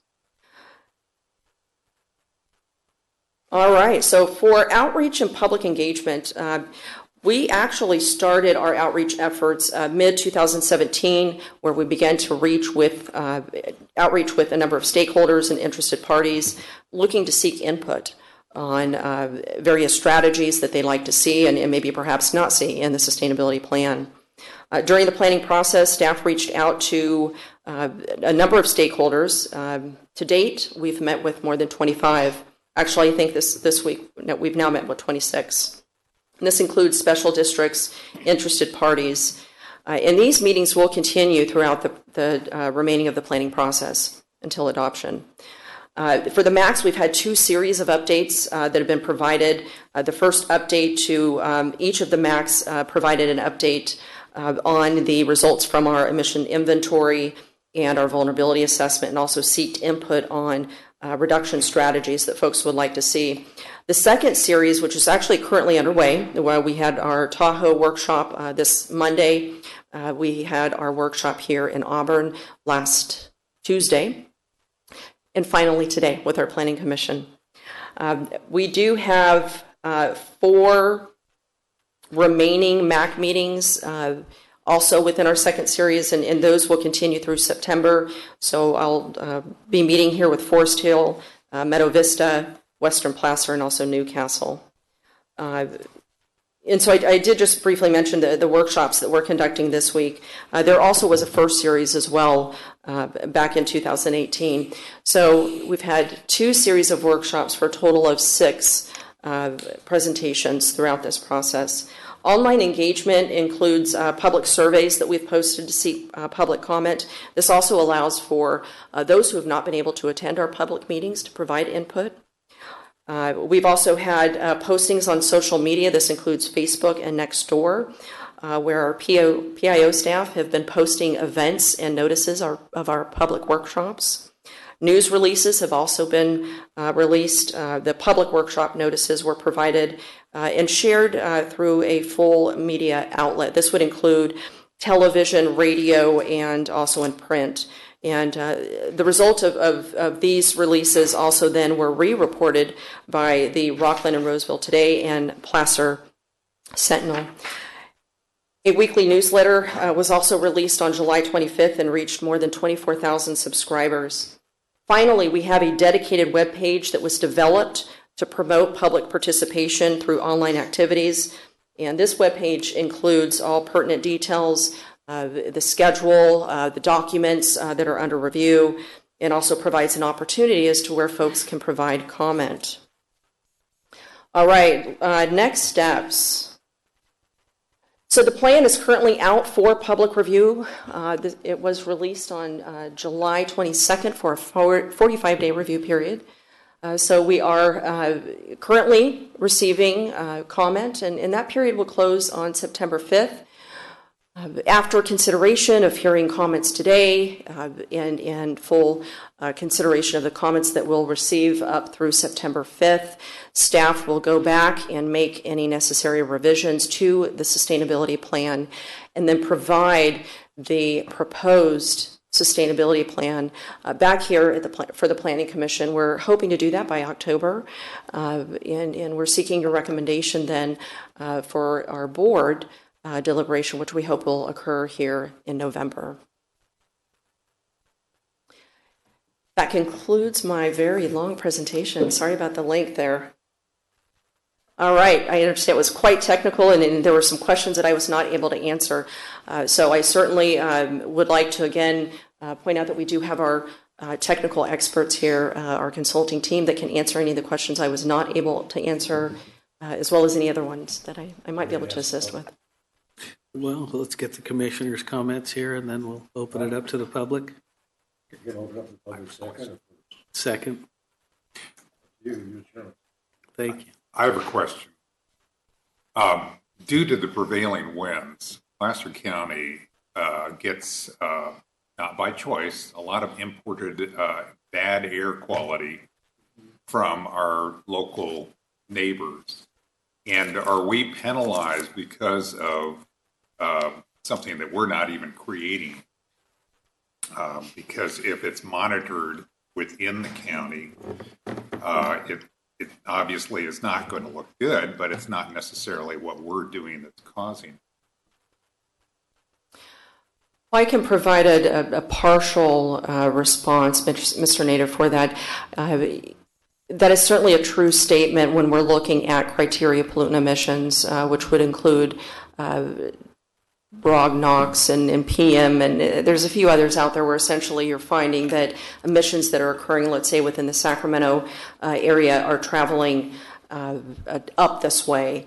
And maybe to some degree the county could be getting penalized. But it's my understanding, and from my experience working at the Placer County Air Pollution Control District for a number of years, that Placer County works very closely with the regional districts, or the districts within the region, and come up also with strategies and plans within their state implementation program to achieve the criteria pollutants for which our area is designated as non-attainment.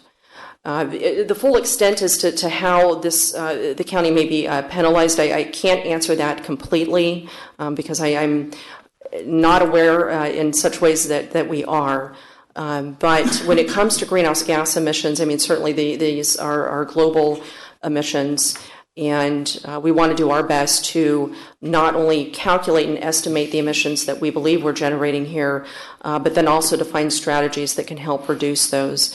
There could certainly be strategies that we can work with our regional air districts and jurisdictions that can also help to achieve reductions, and maybe not just here in Placer County, but maybe within their jurisdictions. And transportation certainly comes to mind when we speak about public transportation. So I think there's certainly some more work that we can look into there. Well, I was really kind of following to Jeff's question or comment that he made earlier, in that are we, as far as what we're doing, being very diligent about what we believe that we're addressing that is involved in Placer County, but are we being unfairly burdened because of other jurisdictions that are outside of our area, that there's a cost attached to doing everything that we're talking about doing?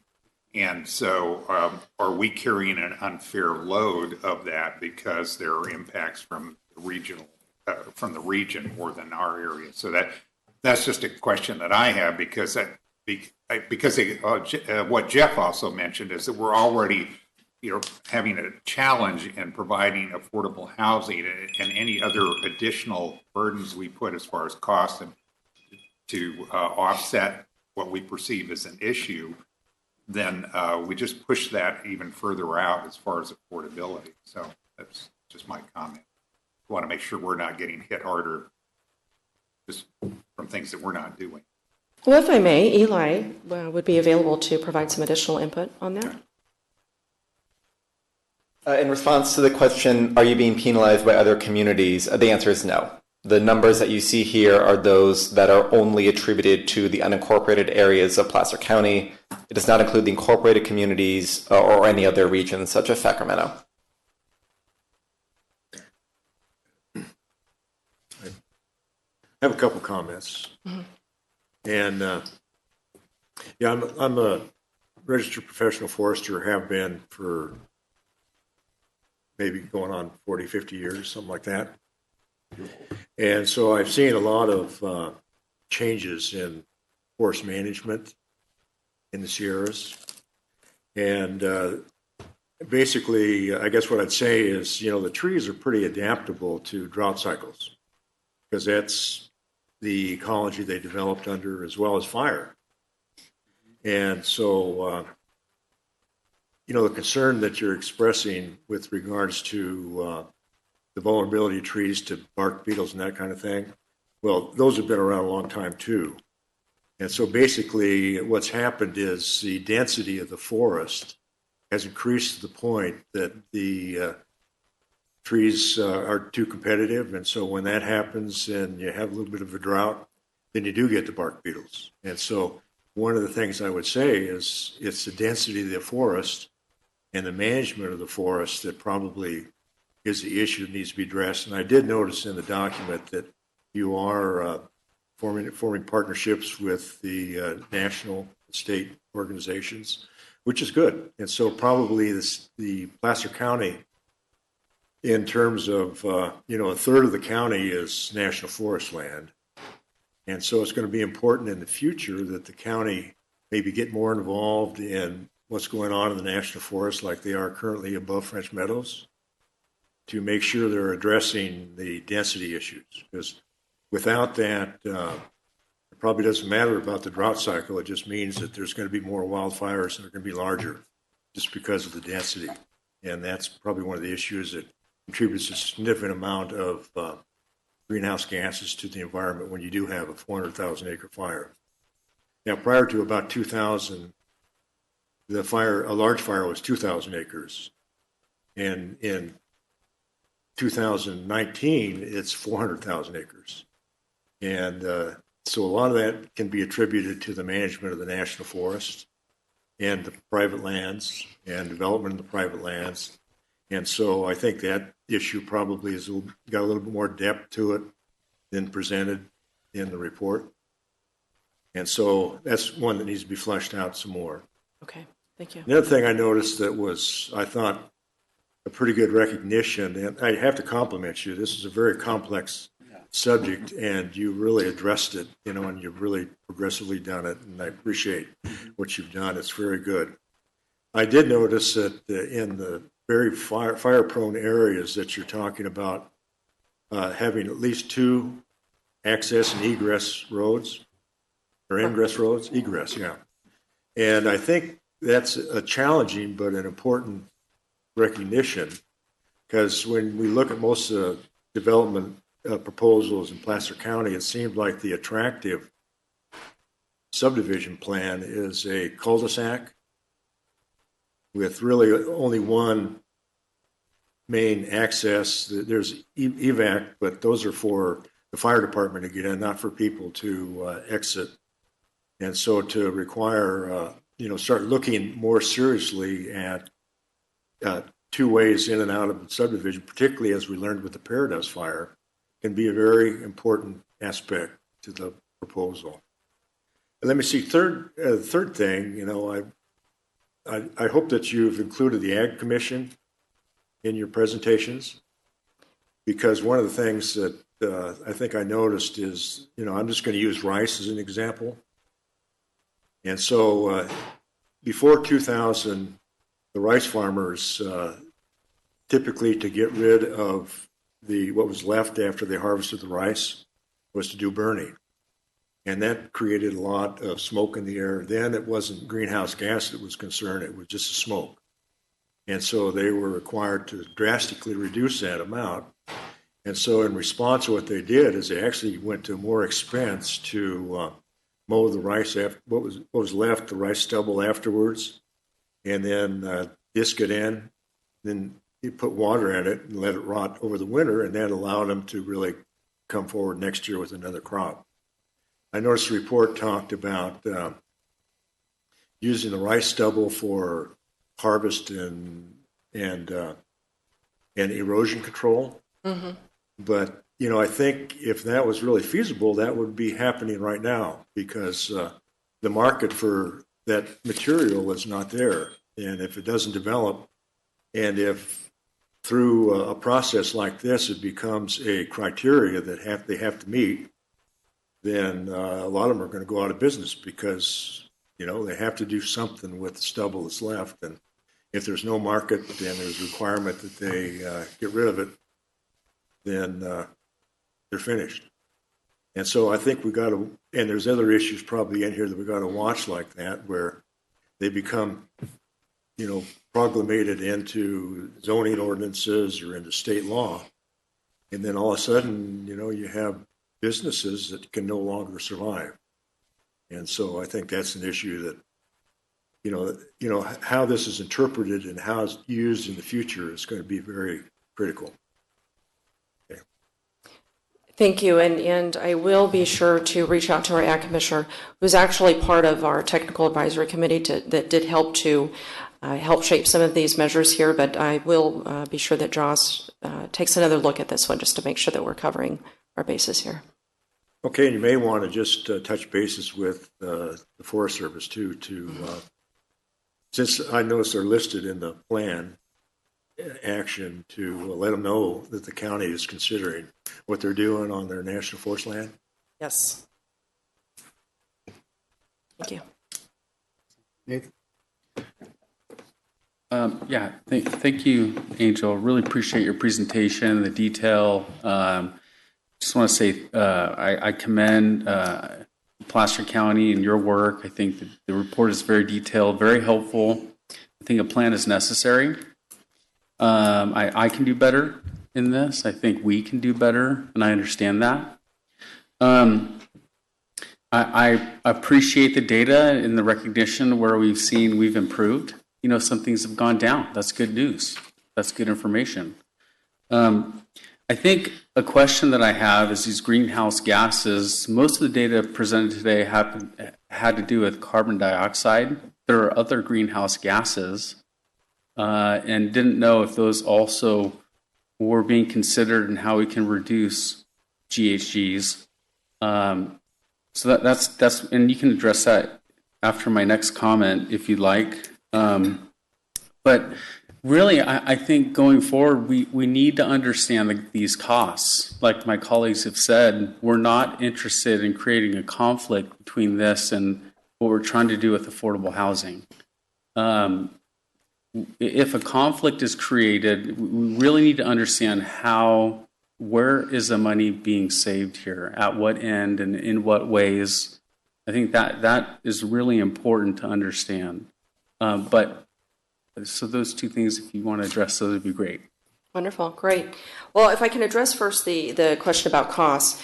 This was certainly a concern that we've heard early on during our early outreach efforts with stakeholders.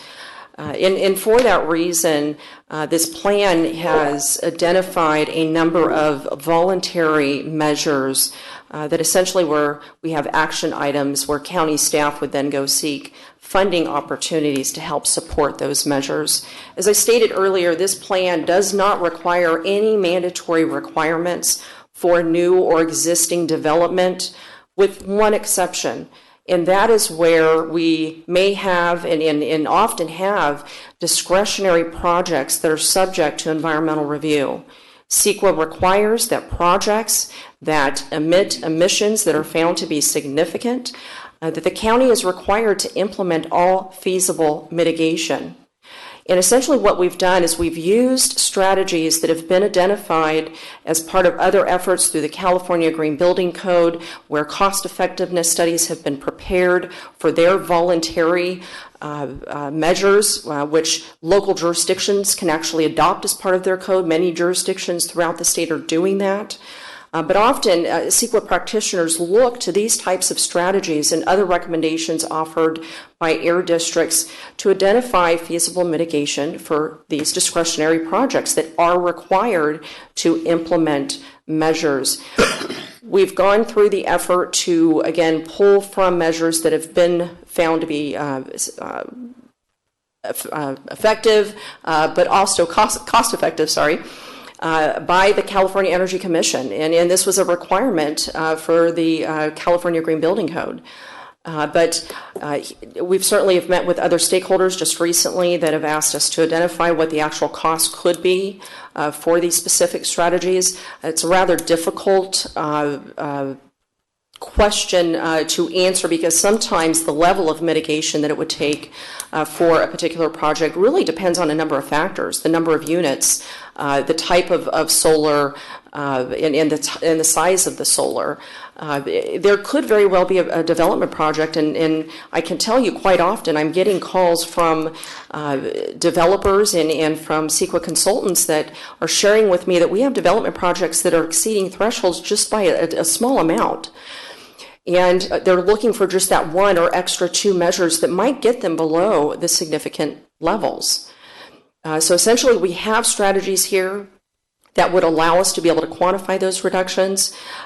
Not every single measure would necessarily need to be implemented for many of our projects that might just be exceeding thresholds by a small amount. And as stated within the staff report, there's definitely flexibility where a developer could recommend a measure that is just as effective at reducing emissions.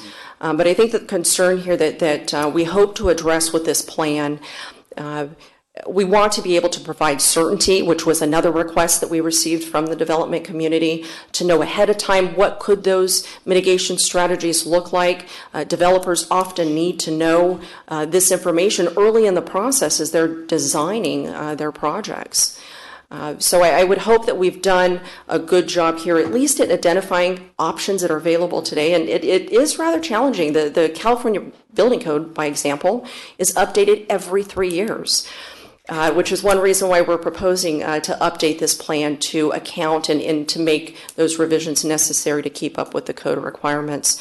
But certainly in hearing the concerns earlier from consultants that we've met with, we're happy to look further into any information that we can find that relates specifically to the actual mitigation that could be required, and maybe even perhaps throw out a couple examples as to what that might look like.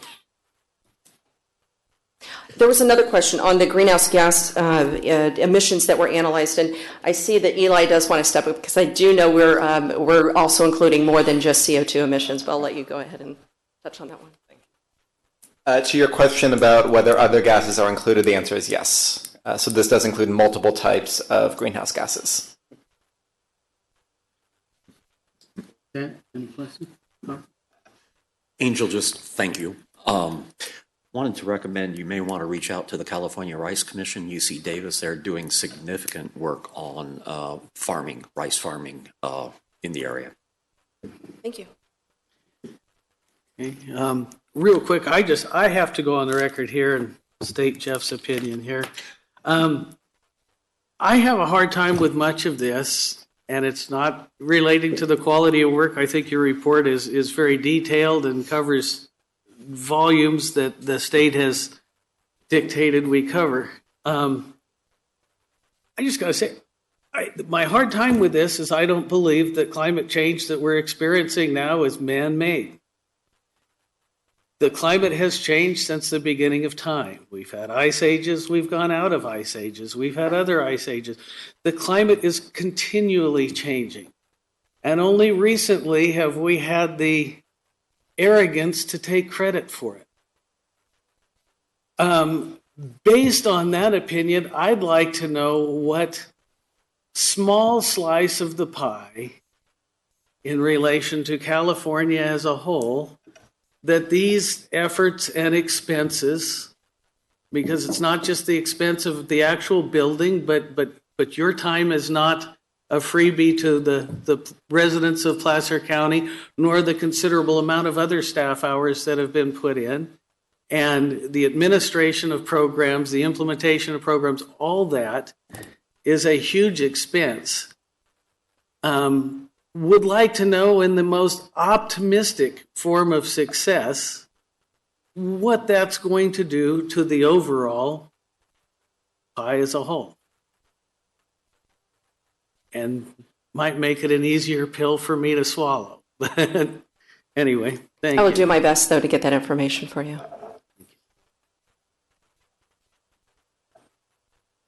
I guess at that point, if there's members of the public who would like to comment, now would be the time.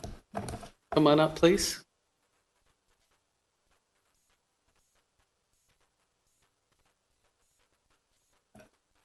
Hi, my name's Annie Bowler. I'm the owner of the Flower Farm, so I'm a businesswoman here in our county and have been for many years.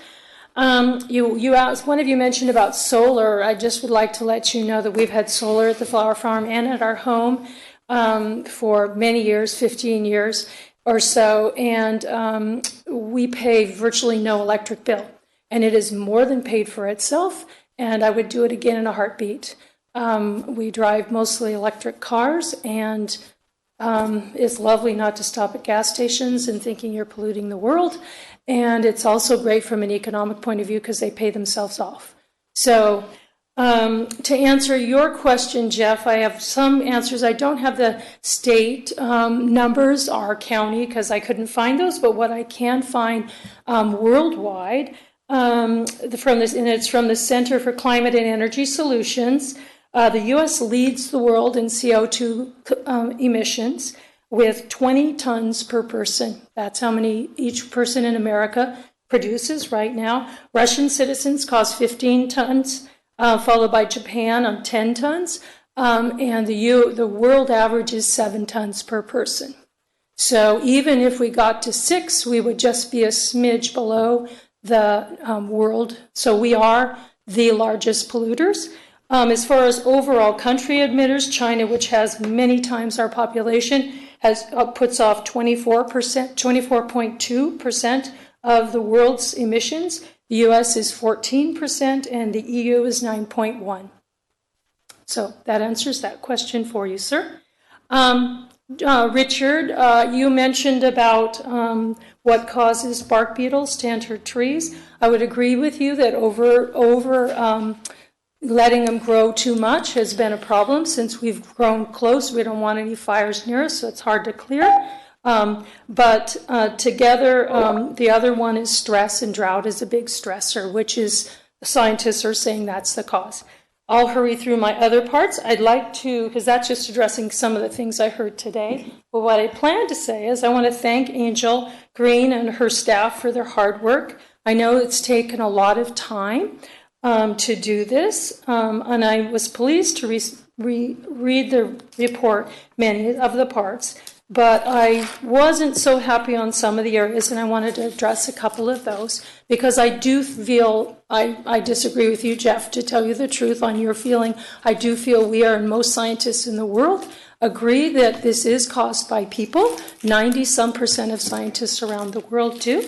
And so with that in mind, I wanted to suggest 2 areas that we could address things better here in our county with our county plan. And that is... You are at a time. Go ahead and try to wind up your Sure, thoughts, I have if you 2 would, areas please. that I would like you to consider. Number 1 is our cars. We have a lot of workers, including my own, can't afford houses anywhere near where they live, where they work. So they have to drive. We need to put more affordable housing in our area. If you look at the plans, almost everything you have planned going forward is 50% and up. Where does that lower percentage, the lower 50%, live?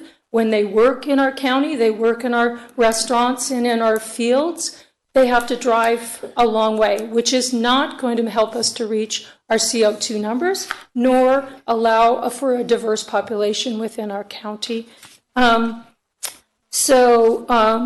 And then the other thing is, as far as developments going forward, I would encourage your commission to utilize smart growth plans that are dense urban plans, like the Sunset area, to put some of that there and save the wildlands so we can have the vernal pools, we can have the waterways, but we can have young people love to live in a more dense area. You can live there, you can work there, you can bike there. I would really encourage you to consider that as an option that both would make part of our county fun and vibrant and economically viable. If you look to Las Vegas, other major cities have done this, and they've had incredible success. And it reduces the CO2 like crazy, 75% reduction in CO2. So thank you. Thank you very much. Sure. Anyone else?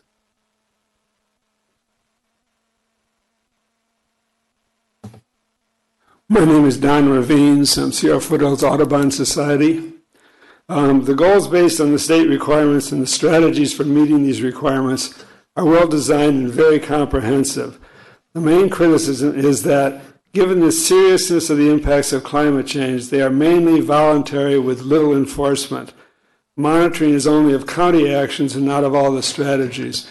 If all these actions that are 105 that are mentioned in the plan are just voluntary and we do none of them, we will not meet the goals of the state, we will not meet our own goals, we will not meet the climate goals of the country. So these voluntary actions have to be made mandatory in some way if we're going to meet any of the goals of protecting the climate.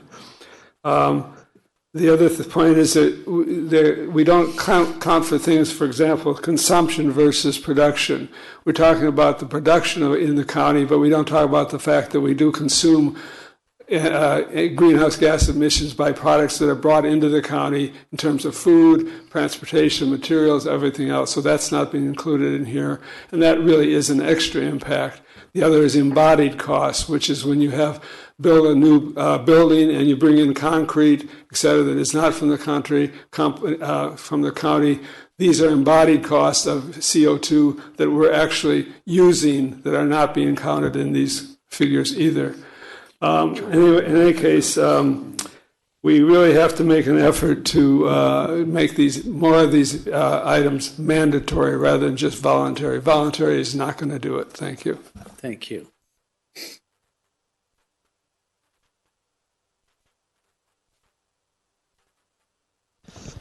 Good afternoon, Chair Moss and members of the Planning Commission. My name is Jeff Short with the North State Building Industry Association. Appreciate the opportunity to comment, and I also want to thank Angel and her team for coming and meeting with us earlier and walking us through the sustainability plan. Understand that this plan identifies key sources of greenhouse gas emissions and provides strategies to reduce those, but we have some very serious concerns with some of the strategies and how they go well beyond the 2020 construction code mandates. This can potentially create a problem for implementing some of these proposed mitigation members. For instance, the plan contemplates going all electric for houses. This can be hugely problematic since we still don't have the technological solutions for energy efficient on-demand electric water heating and HVAC, for instance. These will potentially add huge costs for homeowners as heating electrically is more expensive than heating with gas. While our industry is actively seeking new technologies and solutions to reduce greenhouse gas production, we still haven't been able to analyze the grid to see if an all-electric project would even work in Placer County. We've only seen a few small lot all-electric pilot programs in Sacramento County, and those have been coordinated and deeply subsidized by SMUD. We would respectfully ask that any mitigation members sync with the construction code cycle. This will level the playing field with adjacent communities and allow the home building industry to properly vet new technology to meet the ratcheting mandates set by the state legislature. California already has the strictest laws in the country for greenhouse gas reduction. The most recent set of energy efficiency building codes, which will go into effect in January, add about $10,000 to the cost of a new home. Over the past 10 years, mandates set by the CEC have added $22,000 to $30,000 to the cost of a new home. Some of the mandates proposed within the plan will add significantly more to those costs, even at a time when we find ourselves in a housing crisis and the county is actively seeking creative solutions to affordable housing. So please keep this in mind as you will continue to vet the document. And again, thank you so much. Jeff, can I ask you a question? Yes. When you talk about the cost, what this has cost, $10,000 and $20,000, what size house are you talking about? These are averages. If I recall correctly, 2,200 square feet is what we generally think of in Placer County when we talk about an average home. But also I would say that those costs are the cost to builders. So as you take into account the cost of lending and that type of thing, a $10,000 increase to a builder generally translates to about a $13,000 increase to the actual price of a home. So if you calculate it per square foot, then you can just figure out what it's expected to hit any size home, right? Potentially, that gets really problematic when you start talking about building vertically, for instance, that significantly increased cost to build units on top of each other until you hit, I think it's the 4th or 5th story, which I don't think there's much of an appetite for in Placer County. So maybe to some level, if we want to talk about some of the tiny houses that are, it's going to go could up. potentially come. It could be higher with the smaller square footage. Mm-hmm. Yeah. Thank you. Thank you. Is there anyone else? Seeing none, we'll close the public comment portion, and I think that's it for this item. Is there not? There's no action. With that, let's take 10-minute break. Are we done with this one? Yes. Okay, thank you. Are we done with this item? Yes, we are. Thank you.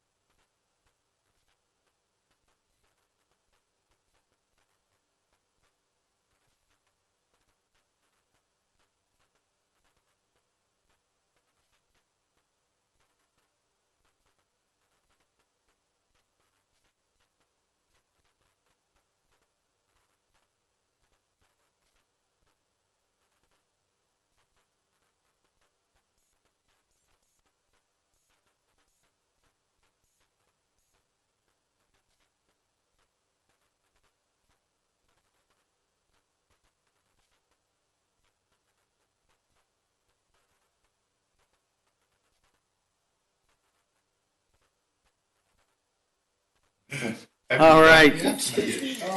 And my doctor was a she, and she said, Gentlemen, if we can get ready here and roll on with our 1040 item here.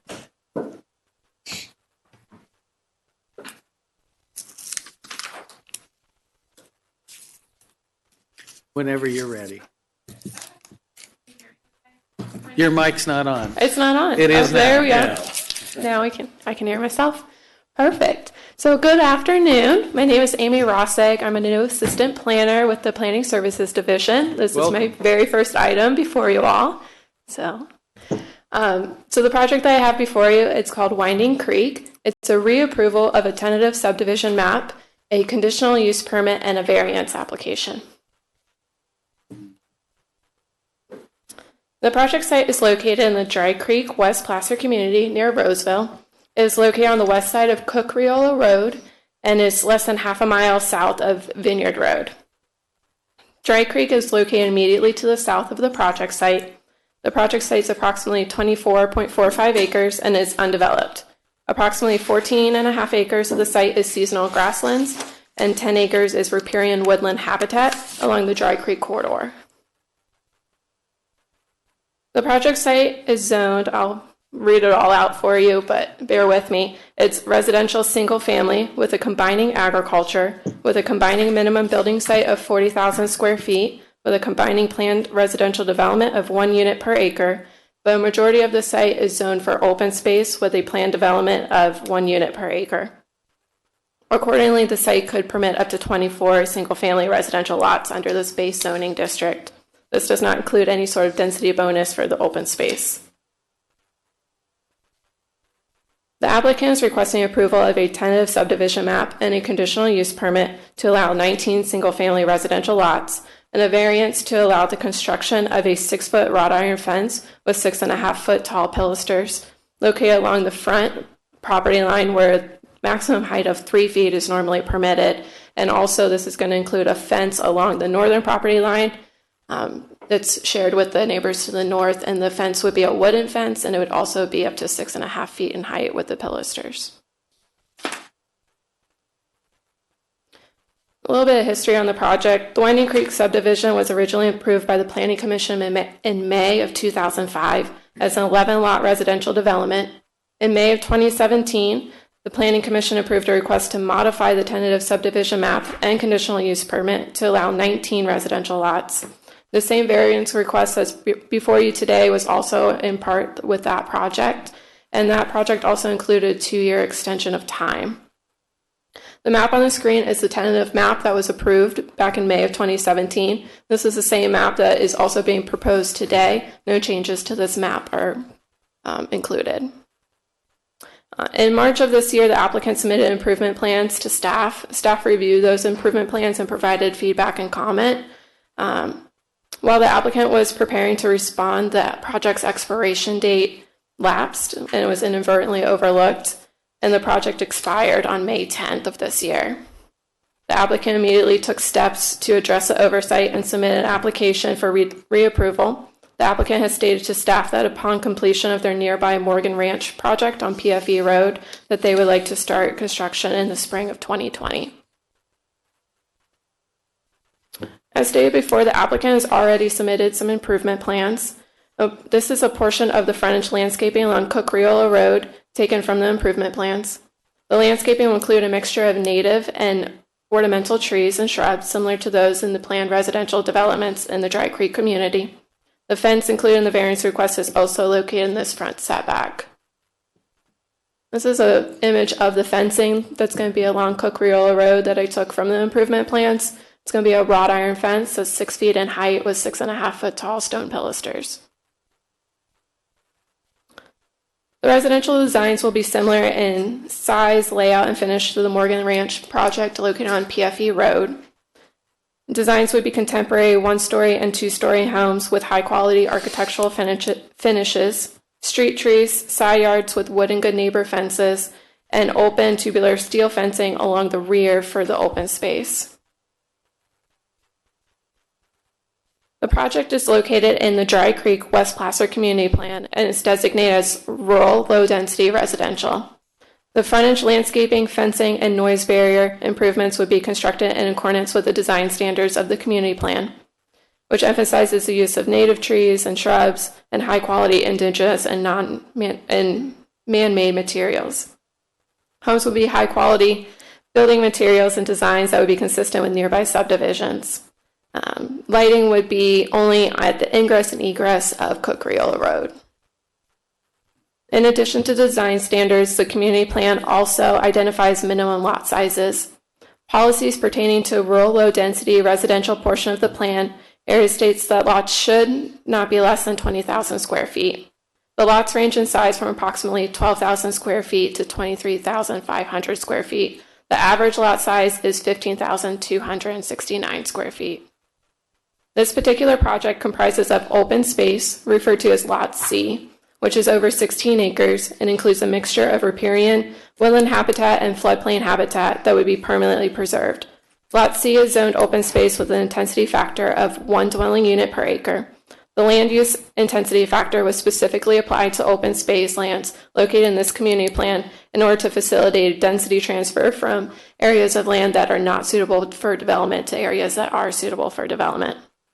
The Placer County zoning ordinance also specifically incorporates the Dry Creek West Placer community plan policy pertaining to floodplain density transfer, which is the only community plan that assigns a land use intensity to the floodplain and permits a transfer of density out of that floodplain. Furthermore, the zoning ordinance permits the Planning Commission to make a determination that lot sizes smaller than those specified in the applicable community plan may be appropriate. Staff has reviewed these policies and ordinances in conjunction with the project design and determined that the policies and ordinances were specifically established to address physical limitations for projects just like Winding Creek.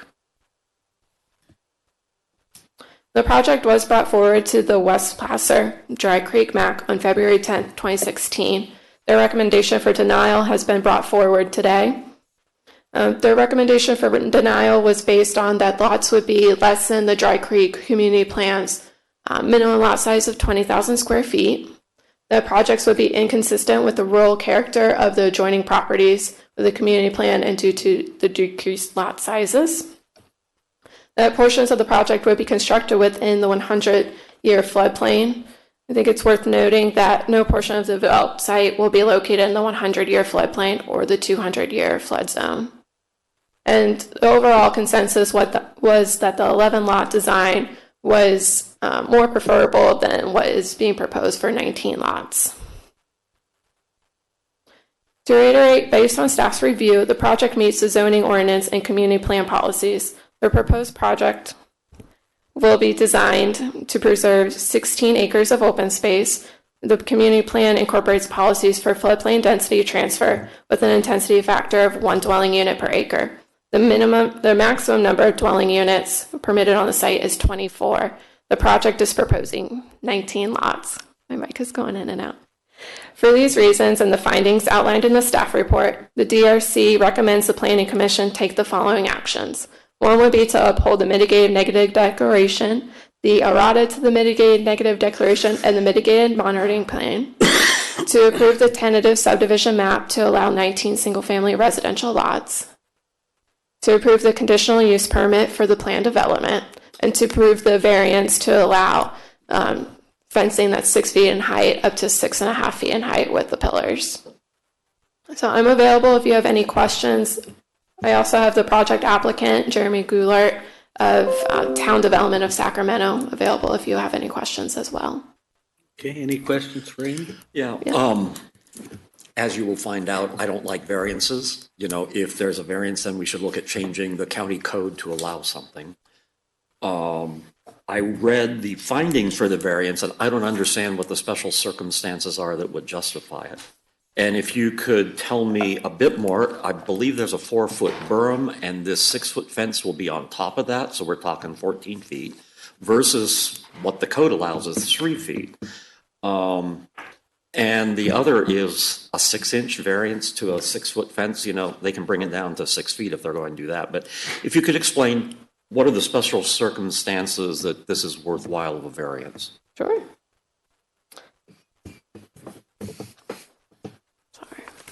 through my staff report. You're being mean. I know, I am. Sorry for your first meeting. I know. Yeah. You're doing fine. Keep going. I'm trying to. Is it because the fencing is also already there?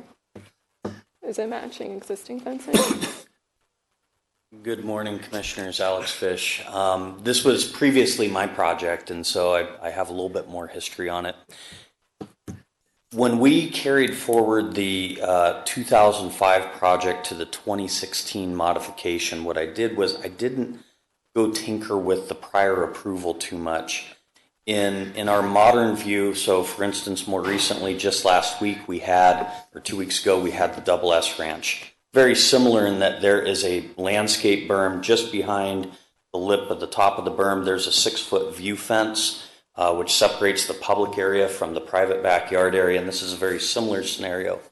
And in those circumstances, we typically do allow a 6-foot fence that is not solid.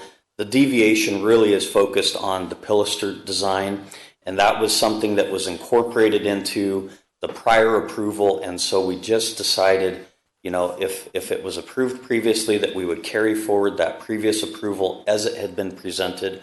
If I was reviewing it anew without the background for the project, I think we would not incorporate that element that was from that 2005 approval, stating that there was an actual variance need for that view fencing piece, because really that's not typically how we treat that. But I didn't, you know, want to get into a debate about the semantics of what was done in the past and what action was being asked of the commission. So Alex, the presently. 6-foot fence is not on top of the 4-foot berm, it is behind it? It would be located just behind the berm, and that's typically so. If you have a roadway elevation, you're not going to see a 4-foot berm. What you're going to see is an upslope, because that's really what the site condition is the roadway elevation is declining down to the bridge crossing that is immediately adjacent to the site, and the site naturally slopes upward, and that upward slope may be enhanced somewhat to achieve that 4-foot berm, and then on the other side, as that down slopes, just behind the slope of that is typically where that fence location would be. And I know the county some time ago talked about, you know, 2 road frontings, and you know, the side yard should actually allow a higher fence. So I don't think we've adopted that code amendment yet, or have we? We haven't formally taken action to adopt a code. But the intent, as I recall, was when you have a frontage road, that's where your 3-foot height is. And on a side road, then you go to your 6-foot. Correct. If there's not direct access to that roadway, it really should not be So treated in this as case, that frontage. would apply to this property where it's not direct access. Therefore, in the future, we're looking at allowing. In effect, what we have is lots that are backing onto the road, the public roadway, not fronting onto them. They publicly front onto the private subdivision roadways. So that would be makes the sense. finding then, wouldn't it? That would be a good finding. Okay. Thank you. Well done. Any other? I have a question on the, it doesn't appear that there's an EVA with this. There is. There is? Yes. I'm it's looking at the easier map, to trying view in figure the it out. attachments. Is it towards that back? Because it looks like Mhm. there's some kind of road back there. It's But on the it- western portion of the but property. it- Yeah, but it looks like that's a wide open area back there, so I wasn't sure that there's actually a formal road back there. So I know that it's And 20. I can't see yeah. on here that it says it's an EVA, but I assume that it would be, Mhm. but that's not Yeah. sure. It's going to be 20 feet wide. I'm 'Cause sure that Phil Because it from shows the engineering. utility going through there. Yeah, there is an EVA towards Okay, that. there is. Where's it go? Where's it going, Phil? I think there's, I don't know that there's a formal EVA on the other side on the offsite property, but there are some access. So there's some sort of easement because it didn't appear to be a county road, is it? No, I don't believe so. think It's it not a was. county It was road. And like you right now with these exhibits, I can't quite read Right. what that says there. It does appear that they might show some easement there, but it could be for sewer or something like that, you know. So, but there is this was to get to a point where there are some, almost similar to the trail conversation last time, there are places to drive over there, and it connects up to that. But it may not be in an emergency vehicle access. So the adjacent landowner has approved that as Yes. being EVA back there. All right. Okay. Is it all right if I let the applicant stay a little bit more about that and Right. how it's going to work That's out with the fine. neighbors? That's fine. Let's make sure the commission has finished beating you up first, Amy, if you Never mind, sorry. I won't walk away. If we're done asking, then we can let the applicant come up Absolutely, and yeah. have it turned. But We'll bookmark that. all right, I think you're good to go. We'll let the applicant come up and have a few minutes. You don't have and- any other questions for me? Thank you very much. Good afternoon, Jeremy Goulart with Town Development of Sacramento. First, I want to thank staff for all their work on this application. And just to give the commission a quick background, we actually submitted our second submittal of improvement plans today, with our final map coming in, I believe, probably 2 weeks from today. So we're fully intent on moving forward with this project in spring of 2020. Things unfortunately take a little bit longer than we would like when it comes to either the real estate market and its conditions or being able to get through the engineering process. So that's why we're here in front of you today. To address the EVA question, we do have an easement, an existing easement over that area that you were questioning, Commissioner, which would essentially give access to the north. I believe it's Almond Drive, and I might screw the name up. It would give direct access out to Cook-Riolo Road.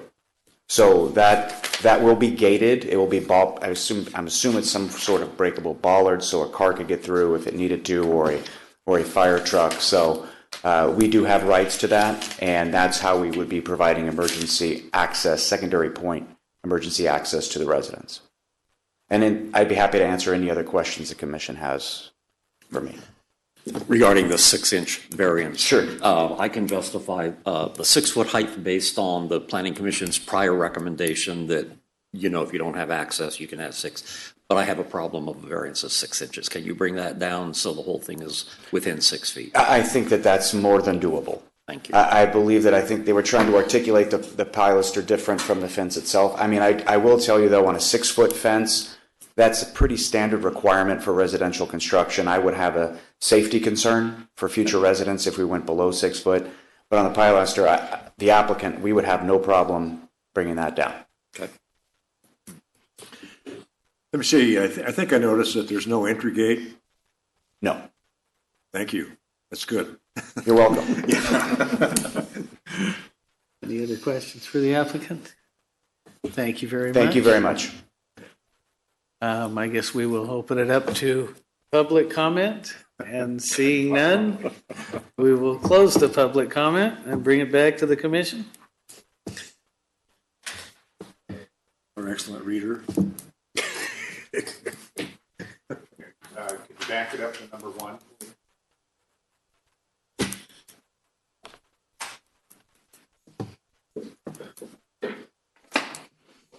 No, the sorry. resolution. Back up one. Just number Sorry. 1 recommendation. Sorry. Sorry. Back it up. There we go. Does this go to the board or is this the final? It doesn't look like we make that decision. Okay. It's not going anywhere unless somebody wants to appeal it. Right.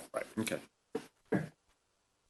I would like that we uphold the previously adopted mitigation negative declaration, the errata to mitigate negative declaration, and mitigation monitoring and report program, and determine that no changes have occurred to the project or existing circumstances that would warrant an additional environmental analysis as supported by the findings in the staff report.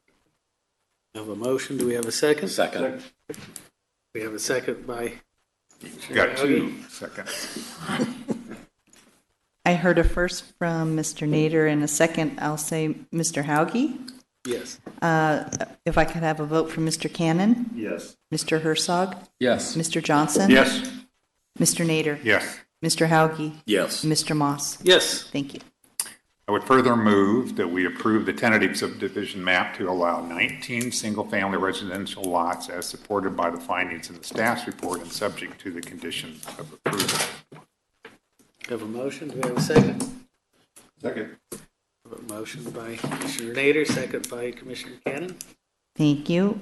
Well, I'll have a vote from Mr. Cannon, please. Yes. Mr. Herzog? Yes. Mr. Johnson? Yes. Mr. Nader? Yes. Mr. Hauge? Yes. Mr. Moss? Yes. Thank you. Further move that we approve the condition use permit for this planned residential development as supported by the findings in the staff report. I would also suggest that this be subject to the conditions of approval. So move. We have a second? Second. Motion by Commissioner Nader, second by Commissioner Cannon.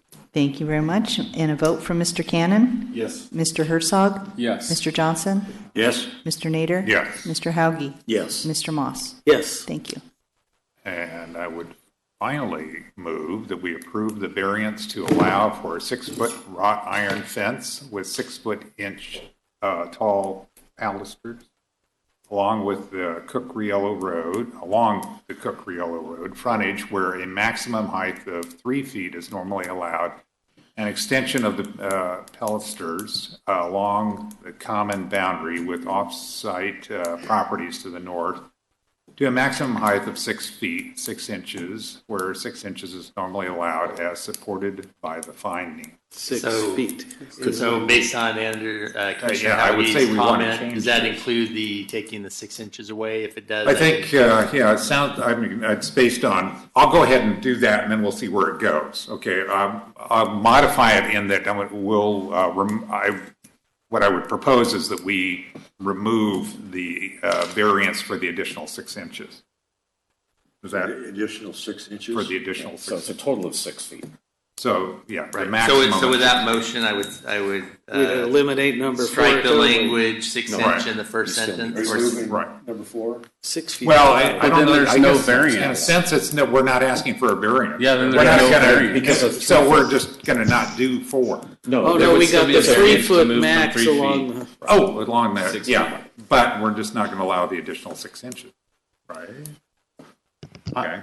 I don't know, is that the pilasters you're talking? Yeah, the pilasters, right, was going to have up above the fence, was going to be 6 inches above the fence. So to reflect that, I can modify the language and read it into the record if you wish. Go right ahead. So approved variance to allow for a 6-foot wrought iron fence with 6-foot strikeout 6-inch tall pilasters along the Cook-Riello frontage where a maximum height of 3 feet is allowed, and then strike out and an extension of the pilasters along common boundaries with offsite properties to the north to a maximum height of 6 feet 6 inches where 6 feet is normally allowed. Strike that sentence and then continue on, include supported by the following findings. Okay, so move. Let's see where that one goes. Do we have a second? Second. I have a motion by Commissioner Nader, second by Commissioner Cannon. Thank you. And a vote from Mr. Cannon? Yes. Mr. Herzog? Yes. Mr. Johnson? Yes. Mr. Nader? Yes. Mr. Hauge? Yes. Mr. Moss? Yes. Thank you. Thank you. Sure. And I guess with that, with memory to Jim Gray, we will adjourn this meeting. I guess for the purpose of somebody that may be looking at the date, well, they probably won't in the next 10 days, okay. Yes, before we do that, we should just indicate the appeal rights for that last item. Thank you very much. Anybody wishing, any member of the public wishing to appeal this item may do so by paying $619 within 10 calendar days and filing the appropriate paperwork. With that, meeting adjourned.